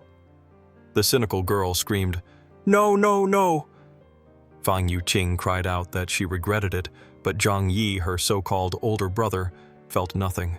He let her go, watching contentedly as her body fell from the top floor and landed heavily in the snow below. The next morning, Zhang Yi went to check on Uncle Yu. Unexpectedly, his recovery speed was several times faster than that of an ordinary person. In just one day, his bullet wounds had nearly healed. Zhang Yi asked Zhuo Yixian to monitor his condition until he fully recovered. At that moment, Xu Hao approached and asked Zhang Yi to go to her old apartment to get her phone charger and the baby's diapers. He glanced at Uncle Yu, remembering that people in comas can supposedly hear everything around them. So he was kind to the woman and said he would do it after finishing something urgent. Leaving the room, Zhang Yi decided it was time to eliminate the opportunists. He went outside to set more buildings on fire, telling himself it was necessary to eliminate all potential threats. Xu Ge, the man who had been beaten up before, saw Zhang Yi approaching and said he had valuable information. "Big brother Zhang Yi, have you heard of Wang Skong, the richest man in the city? He built a $200 million underground shelter called Doomsday." Because Zhang Yi showed interest, Shuge asked to talk somewhere private. Inside an empty apartment, he explained that Wang Skong's shelter was in a luxury gated community. "The point is," Shuge said, "there are infinite food supplies there. I want to be your helper so we can rob it." The protagonist found this idea ridiculous. Invading such a secure place wasn't worth the risk. However, Shuge argued that Wang Skong already knew about Zhang Yi and had even tried to hire people to steal his snowmobile. This information angered Zhang Yi. He shot the wall next to Shuge's head and asked for one good reason to let him live. Terrified, the man explained that he was once friends with Wang Skong, a spoiled rich kid who had everything yet still humiliated him in front of girls. He wanted revenge. This resonated with Zhang Yi, who gave him a chance. When he asked for details about the shelter's security, Shuge said he would only give them if they made a deal. Zhang Yi smiled and said he'd prefer to crack his head open, but Shuge stood firm, knowing Zhang Yi eliminated anyone who was no longer useful. "You're smart." Zhang Yi admitted and agreed to negotiate. He had two conditions. First, Shuge had to help him eliminate someone. He took out a syringe and claimed it was a poison that would take effect in a week. He would provide the antidote after they took over the shelter. Once alone, Zhang Yi revealed his deception. It was just saline solution, a strategy to reduce the chances of being betrayed. Returning home, he told Uncle Yu that he was happy he was okay and that he would take care of all three of them as a family. Hearing this, Shu Hao was overjoyed. "A promise is a promise," she said, handing him the baby while she went to get her things. She thought that with the baby and Uncle Yu, their Zhang Yi wouldn't be able to kick her out. As she left, Zhang Yi notified Shuge to handle the problem. When the mother opened the door to her old apartment, she was ambushed and killed. Shuge sent a message, "The trash has been taken out." Back at his apartment, Zhang Yi found the baby crying. "You need to change the diapers," he told Zhuo Yixian. "Figure it out, woman." He then went to Uncle Yu, who was worried that Shu Hao was taking too long. Zhang Yi said he would go look for her. Instead, he went to his room to gear up. He sent a message to his building's group chat asking all residents to gather to receive rewards. He then sent a private message to Shuge telling him not to come if he wanted to live. Once he heard everyone was inside the designated apartment, he threw 2 grenades inside and sealed the door. Everything went up in flames. One survivor angrily asked why he would kill them after they had helped him so much. "You helped me survive, so now your lives belong to me," Zhang Yi replied. "I'm just taking what's mine." After erasing all the residents of his building, he noted that he had now killed all the enemies from his past life, except for Chen Feng, whom he had spared because of Zhuo Yixian. He returned to Uncle Yu and lied, saying their neighbors had rebelled and killed Shu Hao while plotting to eliminate them. Crying, the uncle blamed himself. Frustrated, he punched the bed with such force that Zhang Yi suspected his power apart from healing was super strength. "This world is cruel," Zhang Yi said, "but don't worry. I'll get you a new, very attractive woman." The last problem was the baby. Nothing could stop its crying. Zhang Yi took the baby to Lin Kang's building, the only one he hadn't burned. He asked Lin Kang to find a mother to care for the child, providing food as payment. He assured Lin Kang that he and his building were safe because he knew they would never plot against him. Observing how many people were still alive in Lin Kang's building, Zhang Yi asked how they would survive when their food ran out. "When there's no food, we will die with dignity," Lin Kang replied. Despite Zhang Yi's attempts to corrupt him, Lin Kang had never faltered. Zhang Yi admitted his admiration, and Lin Kang said he admired Zhang Yi's power to keep those he cared about alive. He started to ask for help providing food for his building, but Zhang Yi refused. After thinking for a moment, however, Zhang Yi changed his mind slightly. He gave them all the seeds he had. "If you can manage to plant these," he said, "you will be able to rely on yourselves." For the first time since the apocalypse began, Zhang Yi helped someone without any ulterior motives. Meanwhile, back in his luxury home, Zhang Yi declared that the neighbor issue was completely resolved. Now his goal was to get his hands on a new fortress. When Zhuo Yixian returned, she innocently started preparing food in the kitchen. The mischievous protagonist held her back. "Guess what I want to eat?" he whispered. She felt awkward mentioning that her uncle was in the next room, but Zhang Yi simply said, "The house has soundproofing." The next day, Zhuo Yixian, exhausted from all their effort, continued sleeping. Zhang Yi sent a message to Shuge. Come to my house. Now. It didn't take long for him to arrive. The same person who not long ago was being kicked by others on Zhang Yi's orders was now in his warm house. Out of respect, he sat on the floor, not the sofa, while waiting for the boss. Zhang Yi wanted to know about the dealings with Wang Skong, but before Shugo could speak, Zhang Yi told him to shut up and give him his phone. Shugo froze in fear. Why on earth does he want to see my phone? He thought. Zhang Yi insisted, saying he was going to read his conversations with Wang Skong. It's better not to, Shugo said suspiciously. Zhang Yi grabbed him by the collar. Are you hiding something?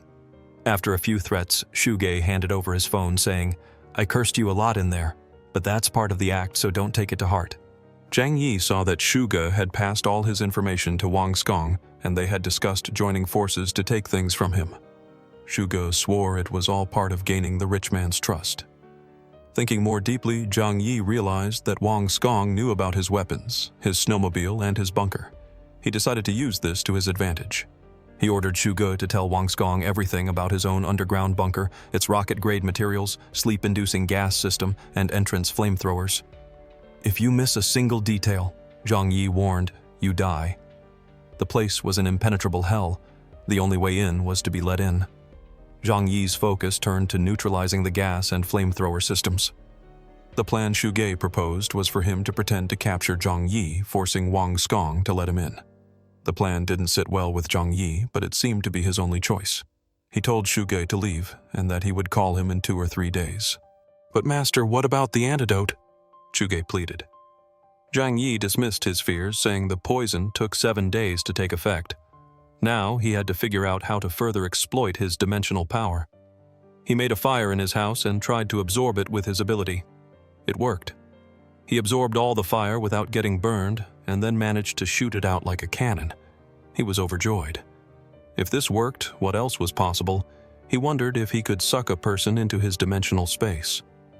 To test this, Zhang Yi found a resident from Lin Kang's building to use as a guinea pig.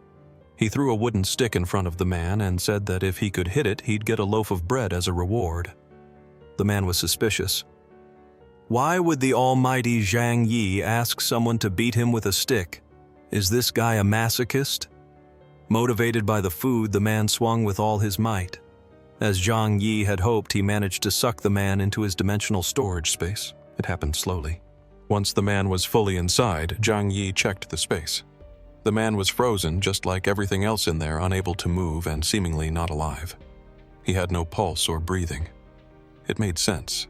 Food didn't spoil because everything inside was frozen in time. To Zhang Yi's surprise, when he took the man out, he was alive.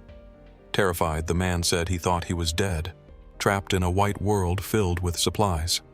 This information blew Zhang Yi's mind. He told the man it was just a delusion, but in his head he realized that time passed differently inside his dimension, and that living beings didn't die immediately. However, if they stayed too long, they could have a mental breakdown.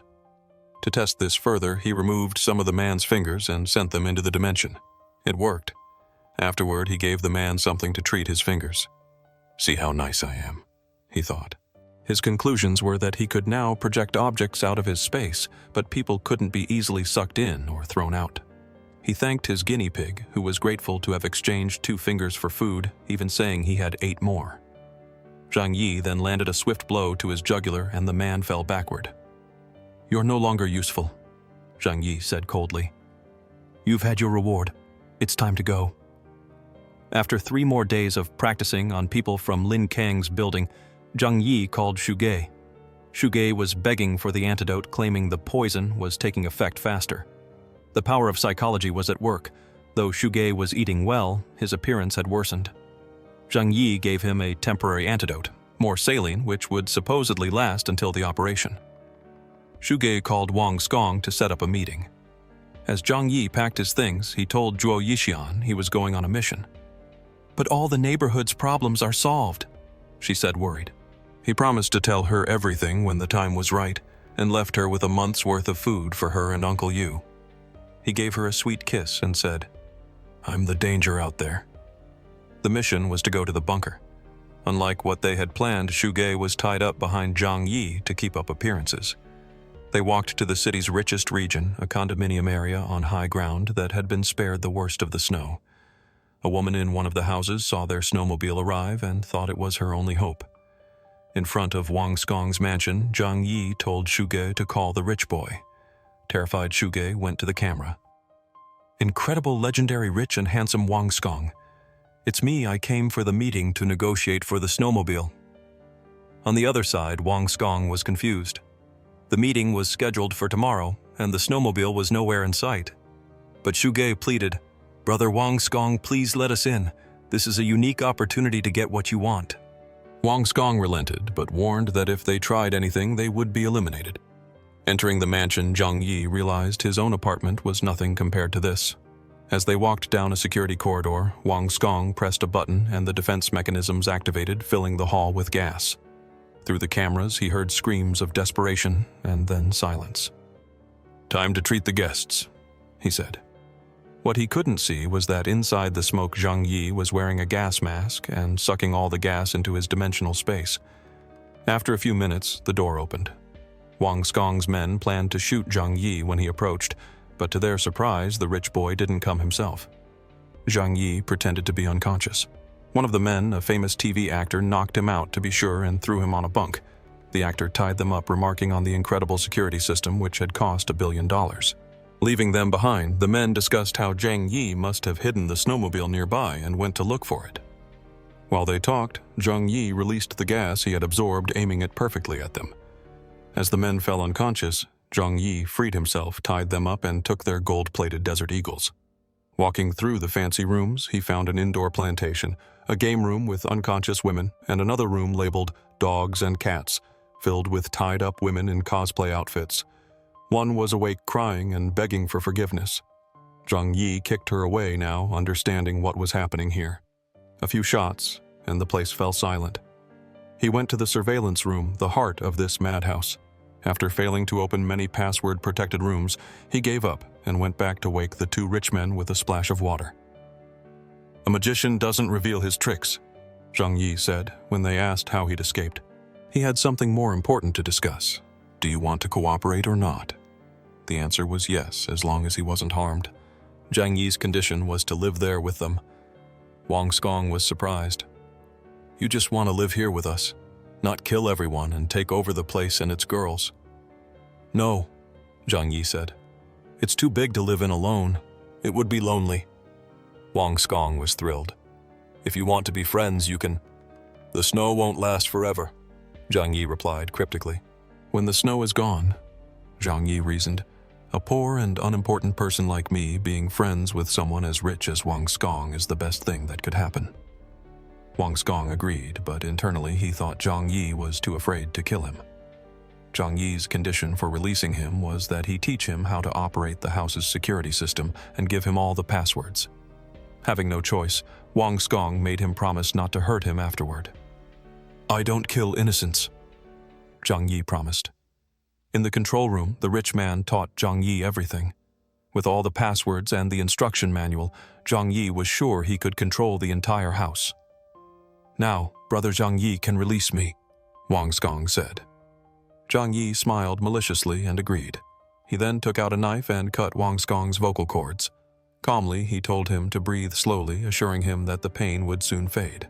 As he soothed the man, allowing him to peacefully transition to the other world, the voiceless Wang Skong wondered why. As if reading his mind, Zhang Yi remarked, "There's no point in keeping a worthless piece of crap alive." After disposing of the two men, Zhang Yi's dilemma was what to do with Shuge, who had helped him greatly. As he contemplated this, Shuge opened his eyes and saw the aftermath. Upon being released, however, he was simply happy. "That miserable Wang Skong went to hell, well-deserved for all he did." Zhang Yi pointed to a backpack full of food, saying it was his reward. But he also mentioned that the house's power wouldn't last long and the food was running out, so that was all he could offer. Hearing this, Shuge refused to accept it. "I provided the information and took all the risks for such a meager reward," he shouted, accusing Zhang Yi of hiding the good stuff. He kicked the backpack and advanced on Zhang Yi with hatred. "It's better for you to kill me, or I'll spill everything about you to the others, your supplies, your powers. If not me, someone stronger will come to defeat you." Anger doesn't make you stronger, only weaker, Zhang Yi said calmly and shot him in the chest. If you don't have power, you shouldn't confront those who are stronger. Taking back the backpack, he wondered why Shuge had sought his own death when he was going to let him live. Later, 1,000 thoughts ran through his mind.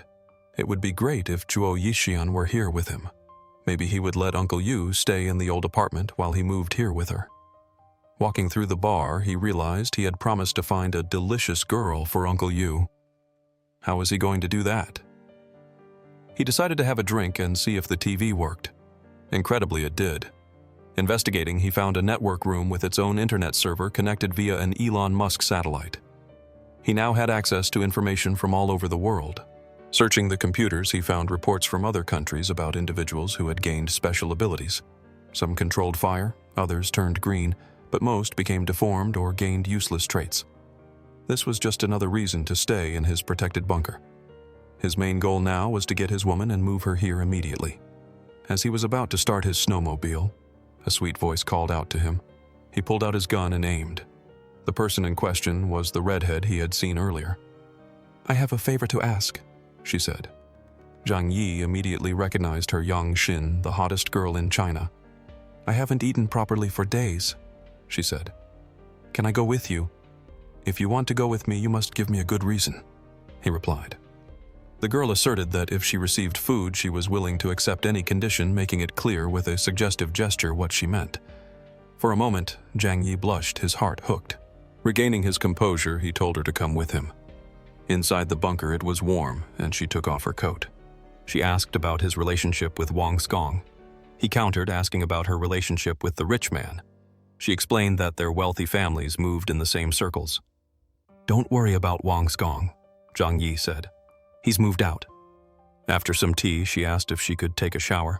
Inside, she thought about her plan to stay with him just until the extreme cold was over. It was just a favor exchange. She needed someone to protect her. Coming out of the bathroom in a towel, she asked, "Can I live here with you? It's hard for a weak woman to survive alone." If it was only for a short time, she reasoned nobody would know about their relationship. Zhang Yi took her hand and got more wine.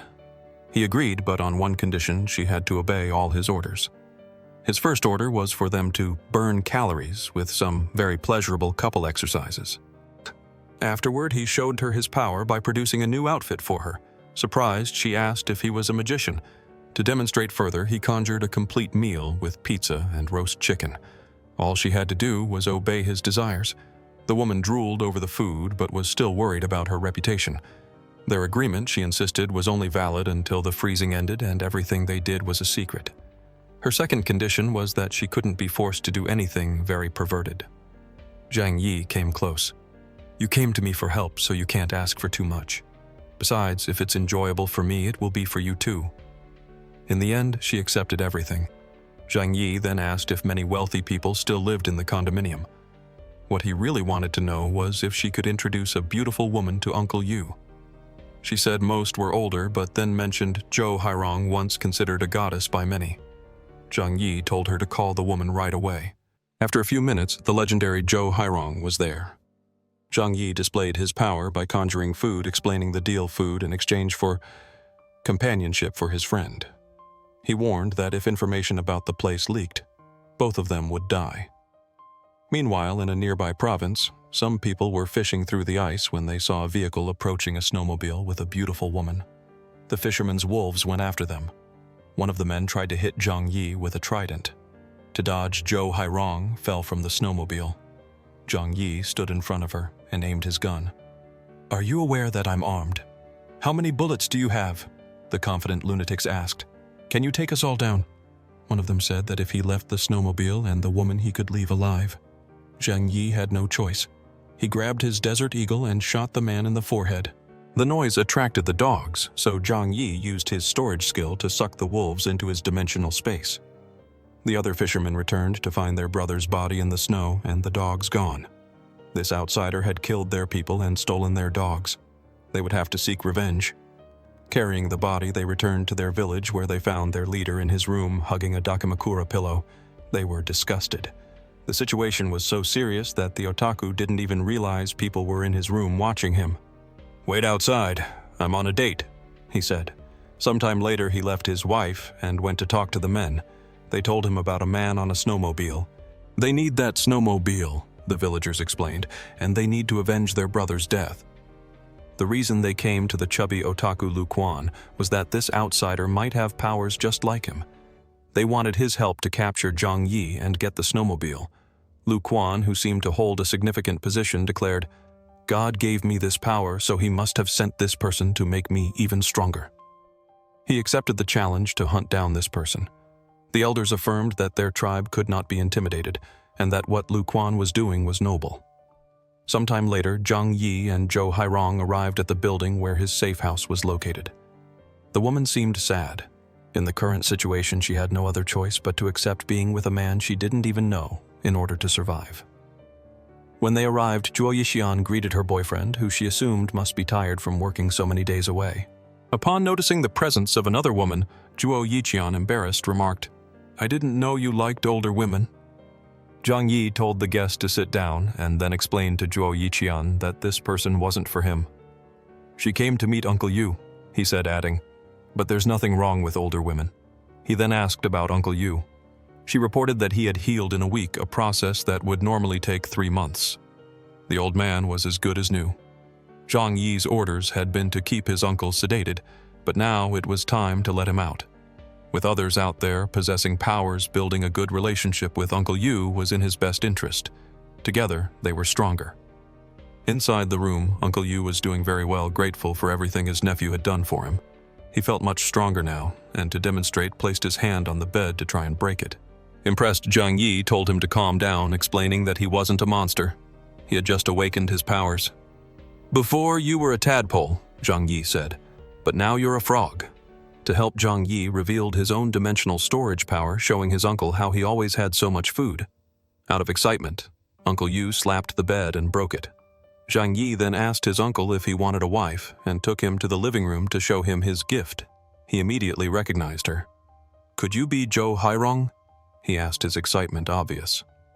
Zhang Yi told them that this house would be theirs and they could get to know each other and live there together.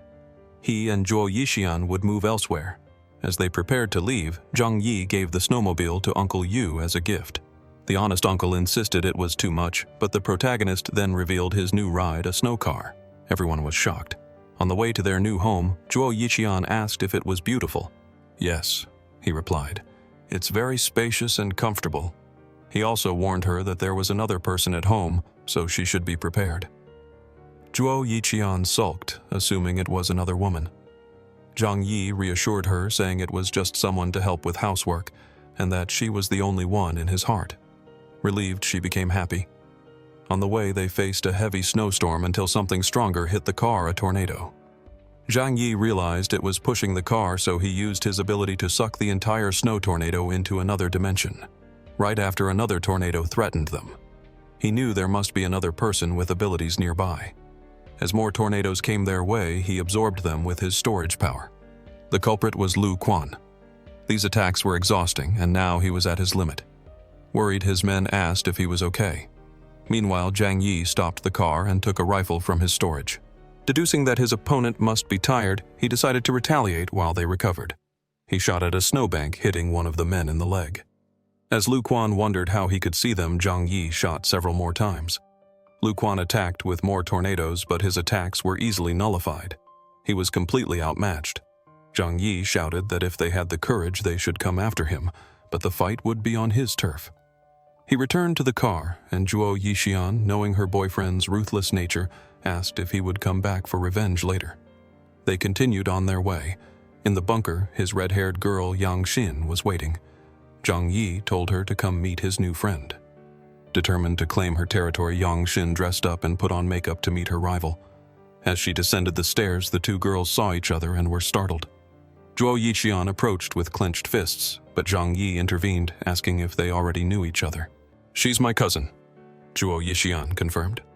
Yang Xin asked him not to let her cousin know about their relationship, but Zhang Yi questioned if there even was one. The two cousins had a strained relationship. Zhuo Yixian felt Yang Xin embarrassed the family name by working in the entertainment industry and using her looks to promote herself. Zhang Yi stated that it was all in the past and they would have to live together peacefully from now on. He showed them the new house, including the cultivation room, which would be their responsibility. To express her gratitude, Yang Xin offered to cook. As she searched the empty pantry, Zhang Yi sneakily approached her, making her blush. He retrieved ingredients from his dimensional storage, telling her this was how they would eat from now on. Later, the food was ready. Zhuo Yixian tasted it first and remarked that it was too salty. Embarrassed, Yang Xin admitted she couldn't concentrate. Sensing the tension, Zhang Yi decided to take advantage, being affectionate with Zhuo Yixian and feeding her, showing off to her cousin. Later in bed, Zhuo Yixian asked which of them was better. "Of course it's you," he said. "You're my personal doctor, so you're more important. Not to mention you're the most beautiful." In this cute moment, the protagonist reflected that love was nonsense. Everything was about interests. In the following days, he received a call on his cell phone.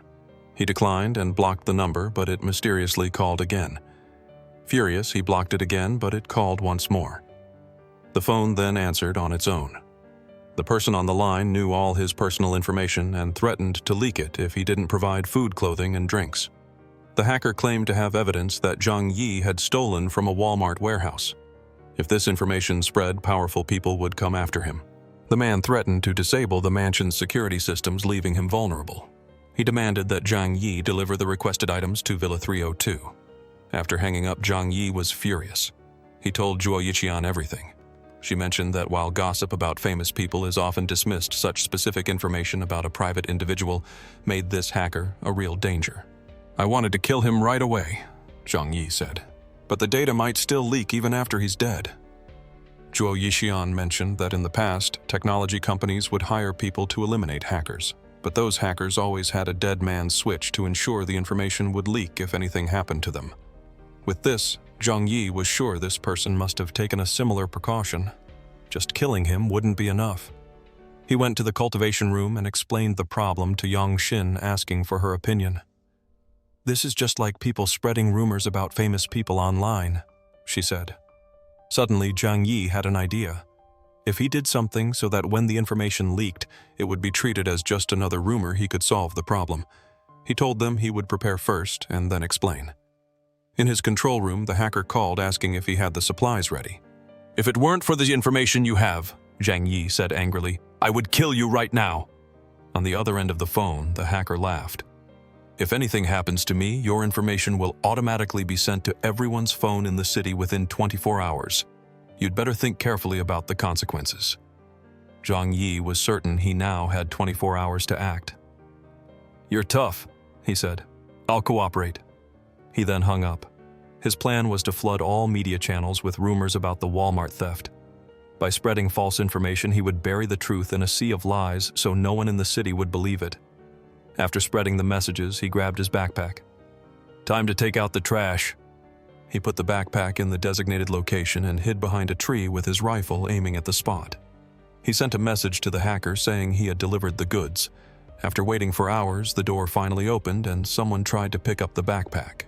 With more determination than ever before, Zhang Yi pulled the trigger. A laser-like shot pierced the man's head. He rushed to the scene and, to ensure his enemy was neutralized, shot him a few more times. Inside the house, he found a notebook. He stored it in his dimensional space and left. Returning home, he found Zhuo Yixian had made food, as he was served by the two girls. He asked if they had received messages on their phones. They showed him some about a Walmart warehouse theft. "That's what I did," he explained. "I spread dozens of messages with false information. When the true information leaks, it will be lost amidst a bunch of lies." He had programmed the messages to be sent daily for a while. Impressed, Yang Xin said he was amazing. She recalled how scandals involving stars were often forgotten when another famous person was exposed later. Zhuo Yixian, however, worried that people might still come after them. In Tianhai City, there were other tech experts who could also hack their security system. Zhang Yi agreed that unless the world returned to the Stone Age, they would always face this risk. "We can solve this another way," he said. "This safe haven will become even safer." He explained that while the bunker was prepared for large-scale threats like bombs, it lacked security against personal attacks. They would set traps. The two beauties, excited, agreed to help. They spent time nailing spikes into wood and burying them in the snow. Zhang Yi also buried explosives and set up tripwires with grenades. After reinforcing the area around their mansion, Yang Xin asked when invaders would arrive so she could see the traps in action. "Are you crazy?" Zhang Yi replied. "It's better that we never need to use them." He then added mechanical locks to the front door for extra security. Yang Xin was now certain that joining him was the best thing she had ever done. Still, Zhang Yi felt it would be good to have a security expert with them. Yang Xin commented that if her cousin Xin Chen were there, it would be great. Zhuo Yixian asked if she was living in the city. Xin Chen, Yang Xin's cousin, was a computer prodigy who was wheelchair-bound. The first thing Zhang Yi wondered was if she was as pretty as the other two. Hearing this, he asked how they could find her. Yang Xin said she hadn't heard from her in a while. "Perhaps she's too smart to want to talk to you," he teased. "Maybe everyone in her family are geniuses, and she's the only one without any qualifications." Yang Xin got mad, but he said, "It's okay, at least you're beautiful, and that's as valuable as being smart." In the following days, he spent his time training a new archery skill. He could now reinforce his projectiles and shoot with more precision. Upon testing it on his own body, he realized he might now be invincible. However, the more powerful the ability, the more it consumed his body's energy. With his unlimited food supply, he could use his powers as much as he wanted, unlike others. In a secret defense facility, the head of operations was concerned about their limited electrical energy. His secretary informed him about the recent reports of a supermarket robbery mentioning a man named Zhang Yi as the main suspect. The head of the facility doubted that a young supervisor could plan a robbery that even the police couldn't solve, dismissing the information as false. However, at his employees' insistence, he decided to send people to investigate. Meanwhile, in the castle, the otaku Lu Quan cried, having tasted defeat. He had thought he had godlike power, but now realized he was not the protagonist of this world.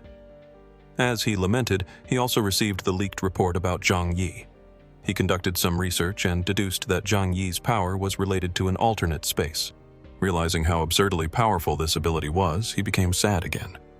Speaking with his Dakamakura, he wondered if he was just a supporting character. He then decided it would be better to befriend Zhang Yi than to face him. Rushing to his grandfather, he asserted that Zhang Yi was very powerful and they should not confront him. He explained how powerful Zhang Yi was and how he could nullify his abilities. Moreover, Lu Quan warned, he must have an even more incredible ability. We should avoid his area and find ways not to confront him. He mentioned the recently leaked news that the protagonist had been a warehouse supervisor who stole all the goods, proving he had the power to keep everything he took. But instead of convincing the old man that Zhang Yi was too powerful to face it, only motivated him further.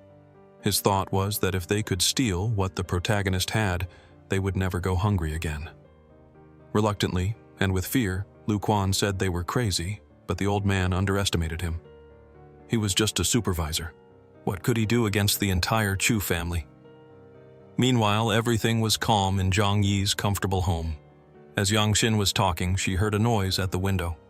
Zhang Yi told her it was okay and went to check. Using his binoculars, he noticed many people approaching his house. He took out his rifle to observe better, intending to simply let his traps do their job. One of them stepped on the first trap and cried out in pain. The old leader of the tribe warned that there might be hidden traps and told everyone to be careful. As the men advanced with sticks searching for the traps, they managed to track them and advance without problems. But when one of them crossed a tripwire connected to a grenade, an explosion shocked everyone. Even those who weren't caught in the blast were hit by shrapnel. As they rolled on the ground in pain, more bombs were activated. After a series of explosions, many people were caught in the nail traps or blasts. Now everyone was afraid and retreating. The men questioned the tribe's leader, wondering what they could do without his grandson.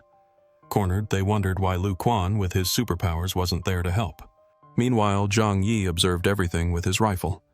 The old man remembered his grandson's advice not to confront the protagonist. With no choice, he shouted, "Why can't we defeat just one person? We must fight with our own hands to get what we want." He handed a spyglass to the men to see the prize inside, plenty of food for them to enjoy. Yet even with so many rewards before them, they doubted if they could fight without the leader's grandson. Angrily, the old man shouted that if they failed, they were nothing but useless. With this motivation, they decided to use tricks to disable the traps and bombs from a distance. Slowly but surely, this tactic started working and they edged closer to the house. The girls watched apprehensively from the window. At the right moment, Zhang Yi remotely triggered all the bombs at once. The destruction was precise, and most of them were caught in the blast. With a somber look, Zhang Yi said, "They should have turned back when they realized there were traps." The devastation was so great that even Zhuo Yixian felt sorry for them. Yang Xin, unaccustomed to such violence, vomited. The elders who were behind were terrified. The leader fell backward, screaming that Zhang Yi was a demon. He had only wanted supplies for his people. Zhang Yi put away his rifle and took out his bow and arrows. Using his new abilities, he shot 3 arrows simultaneously, perfectly, piercing the foreheads of 3 people. More and more arrows were fired, all accurately taking down his enemies. The old leader, seeing more men dying, slapped himself and begged Zhang Yi to finish him off too. The protagonist was about to fulfill his wish, but an ice whirlwind obscured his vision. He retrieved his rifle. "With this, I can hit anything from a distance," he thought. The otaku Lu Quan shouted for everyone to flee while he maintained an ice barrier. As people retreated, with the wounded Zhang Yi got in his snow car and pursued them, shooting from the window. Lu Quan shouted for them to abandon the bodies they were carrying to be faster. Although burying their dead was an important tradition, they reluctantly did as he commanded. Zhang Yi, still faster, landed double headshots on several more people. Lu Quan, now terrified, used his power to crack the ground in the car's path, causing it to get stuck. As they fled, Zhang Yi said, "Now these people know they're powerless against me. They'll never think of coming back." He pulled his car out of the hole and returned to his wives. Lu Quan returned to his tribe with a few survivors.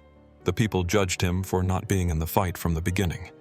A girl blamed him, saying if he had gone with them, their husbands and children wouldn't have died. His grandfather called him in and took the blame for the many injuries and deaths. "I was arrogant and led everyone into battle," the old man cried. "Blame me, not my grandson." He then entrusted the Chu family to Lu Quan and died. As Lu Quan left confused and not knowing what to do, a girl named Shui'er approached him. She thanked him for saving her father. This made Lu Quan realize that he shouldn't blame himself. He was a hero who had saved several people. His heart pounded. For the first time, he was thinking about the children they would have together. Back at his house, Zhang Yi prepared more traps.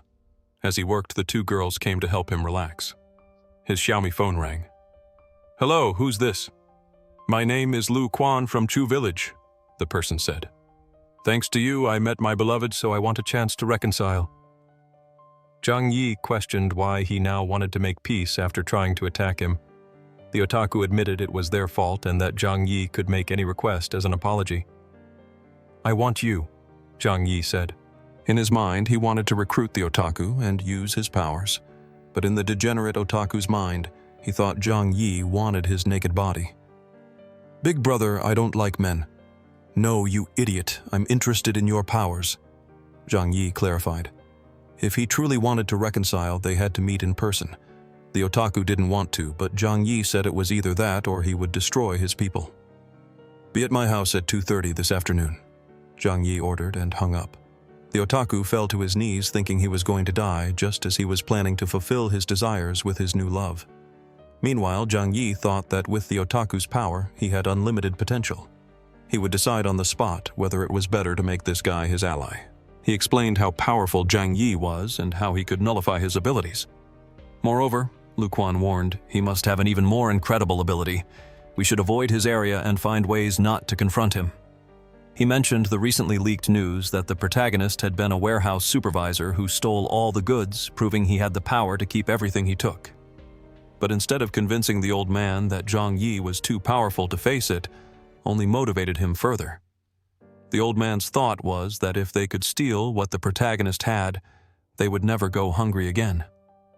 Reluctantly, and with fear, Lu Quan said they were crazy, but the old man underestimated him. He was just a supervisor. What could he do against the entire Chu family? Meanwhile, everything was calm in Zhang Yi's comfortable home. As Yang Xin was talking, she heard a noise at the window. Zhang Yi told her it was okay and went to check. Using his binoculars, he noticed many people approaching his house. He took out his rifle to observe better, intending to simply let his traps do their job. One of them stepped on the first trap and cried out in pain. The old leader of the tribe warned that there might be hidden traps and told everyone to be careful. As the men advanced with sticks searching for the traps, they managed to track them and advance without problems. But when one of them crossed a tripwire connected to a grenade, an explosion shocked everyone. Even those who weren't caught in the blast were hit by shrapnel. As they rolled on the ground in pain, more bombs were activated. After a series of explosions, many people were caught in the nail traps or blasts. Now, everyone was afraid and retreating. The men questioned the tribe's leader, wondering what they could do without his grandson. Cornered, they wondered why Lu Quan, with his superpowers, wasn't there to help. Meanwhile, Zhang Yi observed everything with his rifle. The old man remembered his grandson's advice not to confront the protagonist. With no choice, he shouted, "Why can't we defeat just one person? We must fight with our own hands to get what we want." He handed a spyglass to the men so they could see the prize inside, plenty of food for them to enjoy. Yet even with so many rewards before them, they doubted if they could fight without the leader's grandson. Angrily, the old man shouted that if they failed, they were nothing but useless. With this motivation, they decided to use tricks to disable the traps and bombs from a distance. Slowly but surely, this tactic started working, and they edged closer to the house. The girls watched apprehensively from the window. At the right moment, Zhang Yi remotely triggered all the bombs at once. The destruction was precise, and most of them were caught in the blast. With a somber look, Zhang Yi said, "They should have turned back when they realized there were traps." The devastation was so great that even Zhuo Yixian felt sorry for them. Yang Xin, unaccustomed to such violence, vomited upon seeing the carnage. The elders who were behind were terrified. The leader fell backward, screaming that Zhang Yi was a demon. He had only wanted supplies for his people. Zhang Yi put away his rifle and took out his bow and arrows. Using his new abilities, he shot 3 arrows simultaneously, perfectly piercing the foreheads of 3 people. More and more arrows were fired, all accurately taking down his enemies.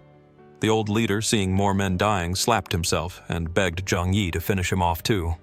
The protagonist was about to fulfill his wish, but an ice whirlwind obscured his vision.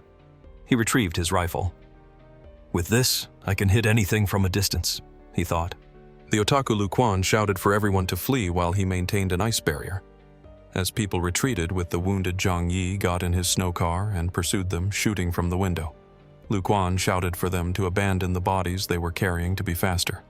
Although burying their dead was an important tradition, they reluctantly did as he commanded. Zhang Yi, still faster, landed double headshots on several more people. Lu Quan, now terrified, used his power to crack the ground in the car's path, causing it to get stuck. As they fled, Zhang Yi said, "Now these people know they're powerless against me. They'll never think of coming back." He pulled his car out of the hole and returned to his wives. Lu Quan returned to his tribe with a few survivors. The people judged him for not being in the fight from the beginning. A girl blamed him, saying if he had gone with them, their husbands and children wouldn't have died. His grandfather called him in and took the blame for the many injuries and deaths. "I was arrogant and led everyone into battle," the old man cried. "Blame me, not my grandson." He then entrusted the Chu family to Lu Quan and died. As Lu Quan left confused and not knowing what to do, a girl named Shui Er approached him. She thanked him for saving her father. This made Lu Quan realize that he shouldn't blame himself. He was a hero who had saved several people. His heart pounded. For the first time, he was thinking about the children they would have together. Back at his house, Zhang Yi prepared more traps. As he worked, the 2 girls came to help him relax. His Xiaomi phone rang. "Hello, who's this?" "My name is Lu Quan from Chu Village," the person said. "Thanks to you, I met my beloved, so I want a chance to reconcile." Zhang Yi questioned why he now wanted to make peace after trying to attack him. The otaku admitted it was their fault, and that Zhang Yi could make any request as an apology. "I want you," Zhang Yi said. In his mind, he wanted to recruit the otaku and use his powers, but in the degenerate otaku's mind, he thought Zhang Yi wanted his naked body. "Big brother, I don't like men." "No, you idiot, I'm interested in your powers," Zhang Yi clarified. If he truly wanted to reconcile, they had to meet in person. The otaku didn't want to, but Zhang Yi said it was either that or he would destroy his people. "Be at my house at 2:30 this afternoon," Zhang Yi ordered and hung up. The otaku fell to his knees, thinking he was going to die just as he was planning to fulfill his desires with his new love. Meanwhile, Zhang Yi thought that with the otaku's power, he had unlimited potential. He would decide on the spot whether it was better to make this guy his ally or to eliminate him. Still tired from setting up the traps, he went to his room to read. Sometime later, Yang Xin came in saying she was there to keep him company. Zhang Yi simply said he needed a better pillow, then lay his head on her lap. "That's great," he said, taking a sniff. "Much better this way."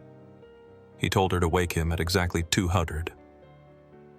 A few fragrant hours later, Zhang Yi was at his post with his rifle watching Lu Quan arrive alone.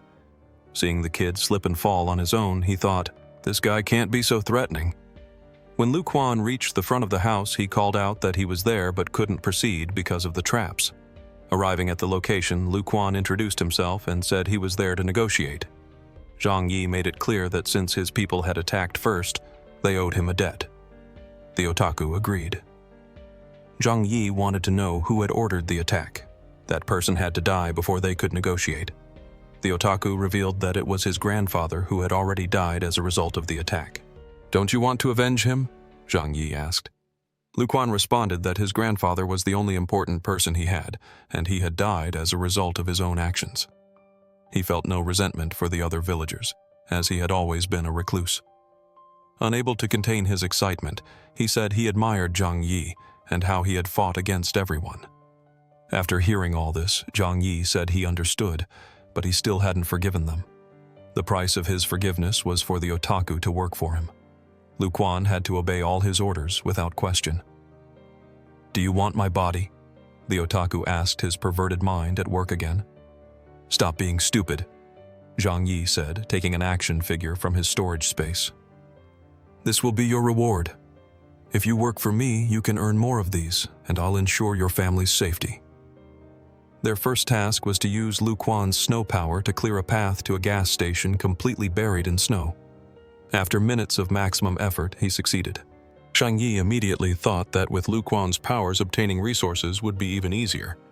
He rewarded him with a chocolate, knowing that using powers drained energy.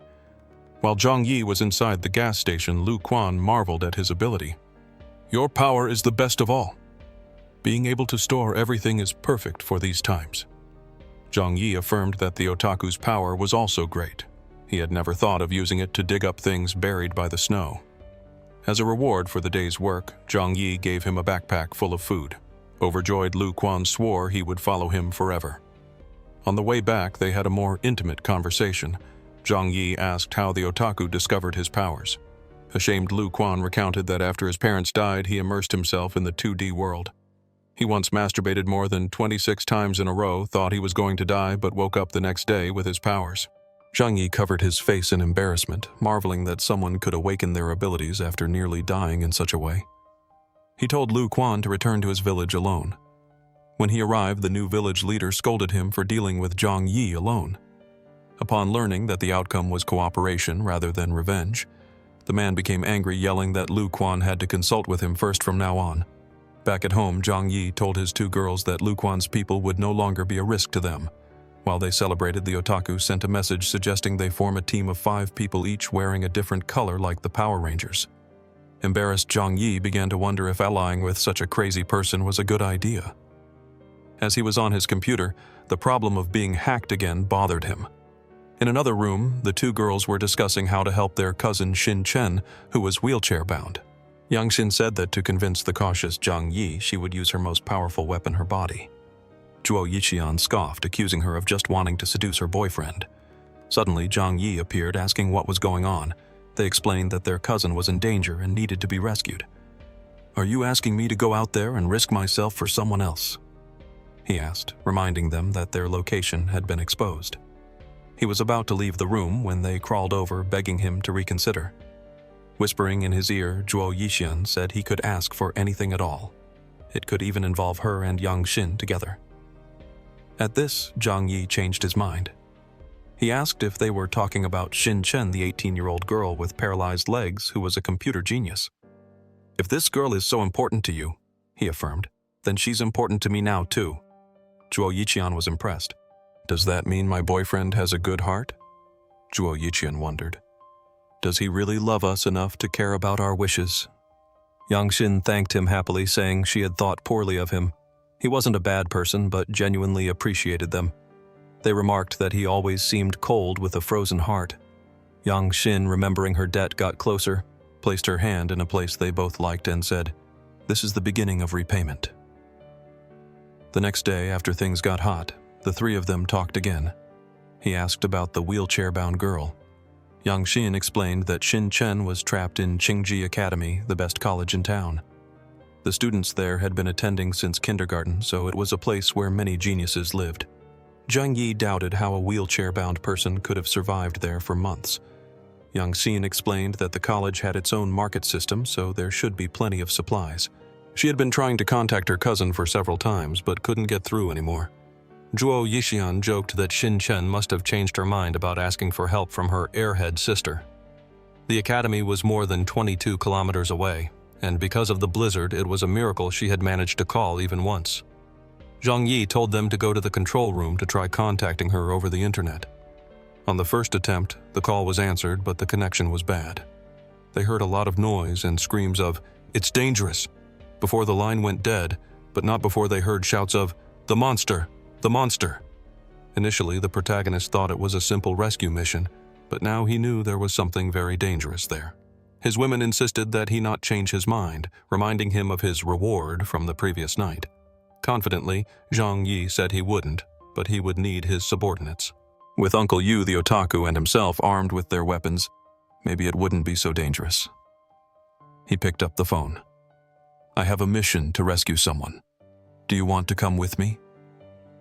The otaku board readily accepted. Later, while eating, Zhang Yi prepared his best weapons to face this unknown creature. He also informed his wives that for their safety, they would stay in the underground floor of the house while he was away. Yang Xin asked why, but Zhuo Yixian, knowing her boyfriend, said she shouldn't ask stupid questions. If he gave an order, it was to be followed. "Bro, I'm here," Lu Quan said, arriving early. "I was afraid of being late, so I came early not to disappoint you." Zhang Yi explained that they were on a mission to save a girl in a college far away. The fact that this girl was a computer expert, someone he needed to keep his mansion safe from hackers, was the real reason he had agreed to go. Along the way, Zhang Yi got annoyed with the otaku's chatter about a girl from the village who was in love with him. To change the subject, he asked what the people in the village thought about him cooperating with their enemy. The situation, Lu Quan admitted, was not good. After a while, they met the third member of the trio, Uncle Yu, who arrived on his snowmobile. Zhang Yi introduced them, explaining their abilities. One was super strong and could regenerate, while the other could control snow. A former army veteran, a recluse otaku, and a cheeky teenager, an unlikely group now working together. Uncle Yu asked about their mission. "It's just a simple rescue," Zhang Yi replied. "The only complication is that there might be a fierce monster in the region." Lu Quan got very scared, but Uncle Yu said, "If Zhang Yi says we can do it, then we can." Meanwhile, at Qingji Academy, the survivors were trapped in a gymnasium. Other students revolted against Xin Chen, questioning how she, being wheelchair-bound, had managed to survive when so many others had died. "She's a burden," they shouted. One student noticed that Xin Chen showed no sadness or remorse for the dead, and pointed to her, asking why she was still alive. Some discussed sacrificing her the next time the monster attacked.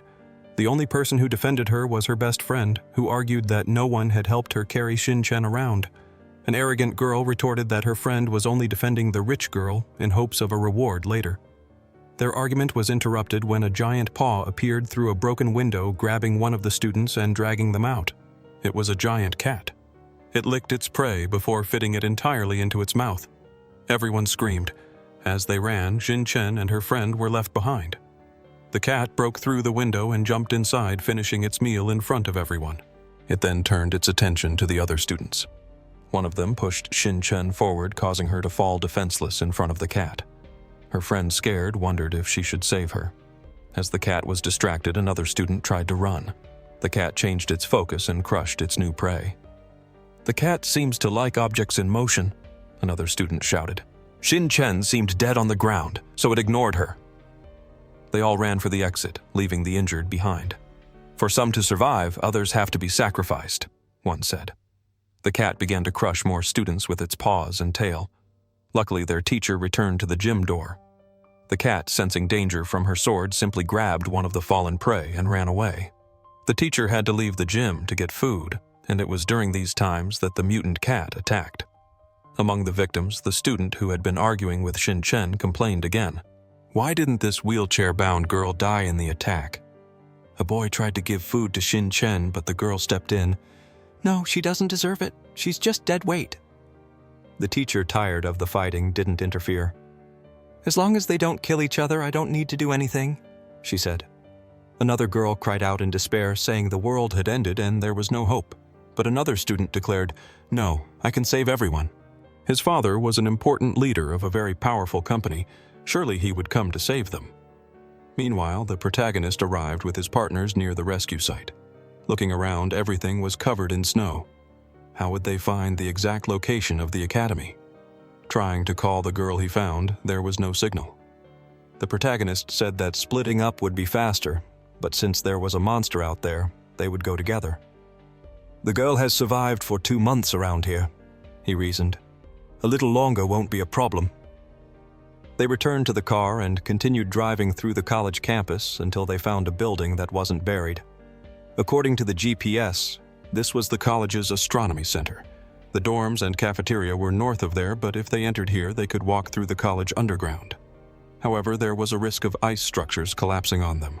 Before he could finish saying it wasn't safe, Lu Quan was already trying to get into the place with Uncle Yu pushing him. Lucky for him, he was too big and couldn't get in. Suddenly, Zhang Yi noticed a creature approaching.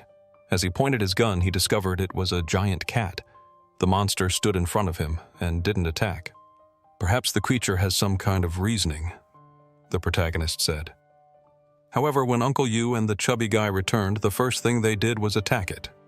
In response, the cat became aggressive and attacked them. With no choice now, Zhang Yi decided he should attack too. Using his body reinforcement power, he jumped over the creature and shot it in the head. Even with the shot, the creature kept advancing. Uncle Yu, a yellow light covering his body, delivered a powerful punch to the cat's head, staggering it. Using his more powerful precision rifle, Zhang Yi shot the cat again, wounding its face. Angry now, the creature turned into a ball of fur and rolled toward him. Terrified, Zhang Yi thought the best alternative would be to suck it into his dimensional storage space. But the cat, sensing the danger, changed its course and escaped, disappearing into a snow mountain before re-emerging from another hole. It stayed at a distance, roaring as if it were angry, then showed its backside as if mocking them and left. If this cat is here hunting like this, the otaku said, there shouldn't be any survivors alive in this school. Zhang Yi recounted that the cat wasn't aggressive until it was attacked, asserting that it must have undergone some mutation that made it giant and somewhat intelligent. They decided to follow the tunnel it had dug, assuming it would lead them to its easier prey. At the bottom of the hole there were several other tunnels. Not knowing the right path, Zhang Yi took something from his dimensional storage to mark their trail. They smelled blood and decided that was the way to go. Back inside the gym, the teacher stood guard, exhausted from not sleeping for days while fetching food for her students. Even so, the children complained that the food had run out again and she should go look for more. The woman almost lost her patience, but went out once more. Inside, Kaylin asked Jin Chen if she was okay. An arrogant student started again, saying Shin Chen was a burden. Kaylin told the arrogant girl that she owed Shin Chen an apology for pushing her toward the cat last time. Before they could start a fight, the cat's paw appeared at the gym window again, crushing another person. The student who had previously said he could save everyone ran, pushing another student back to be bait. Just as the teacher returned, she saw her chance and stuck her sword in the cat's head. The creature was wounded and they started a frenzied battle. During the fight, the teacher saw 3 people arrive through the cat's escape route. Lu Quan was ready to attack, but Zhang Yi stopped him. This woman, he reasoned, was extremely skilled to hold off the cat with just one sword. She was surely also a mutant with special powers. It was impossible to know if she was an ally or an enemy, so he decided to let the 2 creatures face off. They went around through another tunnel and managed to enter the gym. Zhang Yi realized who Shin Chen was from her wheelchair and red hair. Before he could reach her, a boy named Chung Yu stepped in, asking if he was from the base on the western mountain and a friend of his father. Zhang Yi, feigning ignorance, learned that there were other bases around. Ignoring the boy, he went to Shin Chen. "I'm Zhang Yi," he said.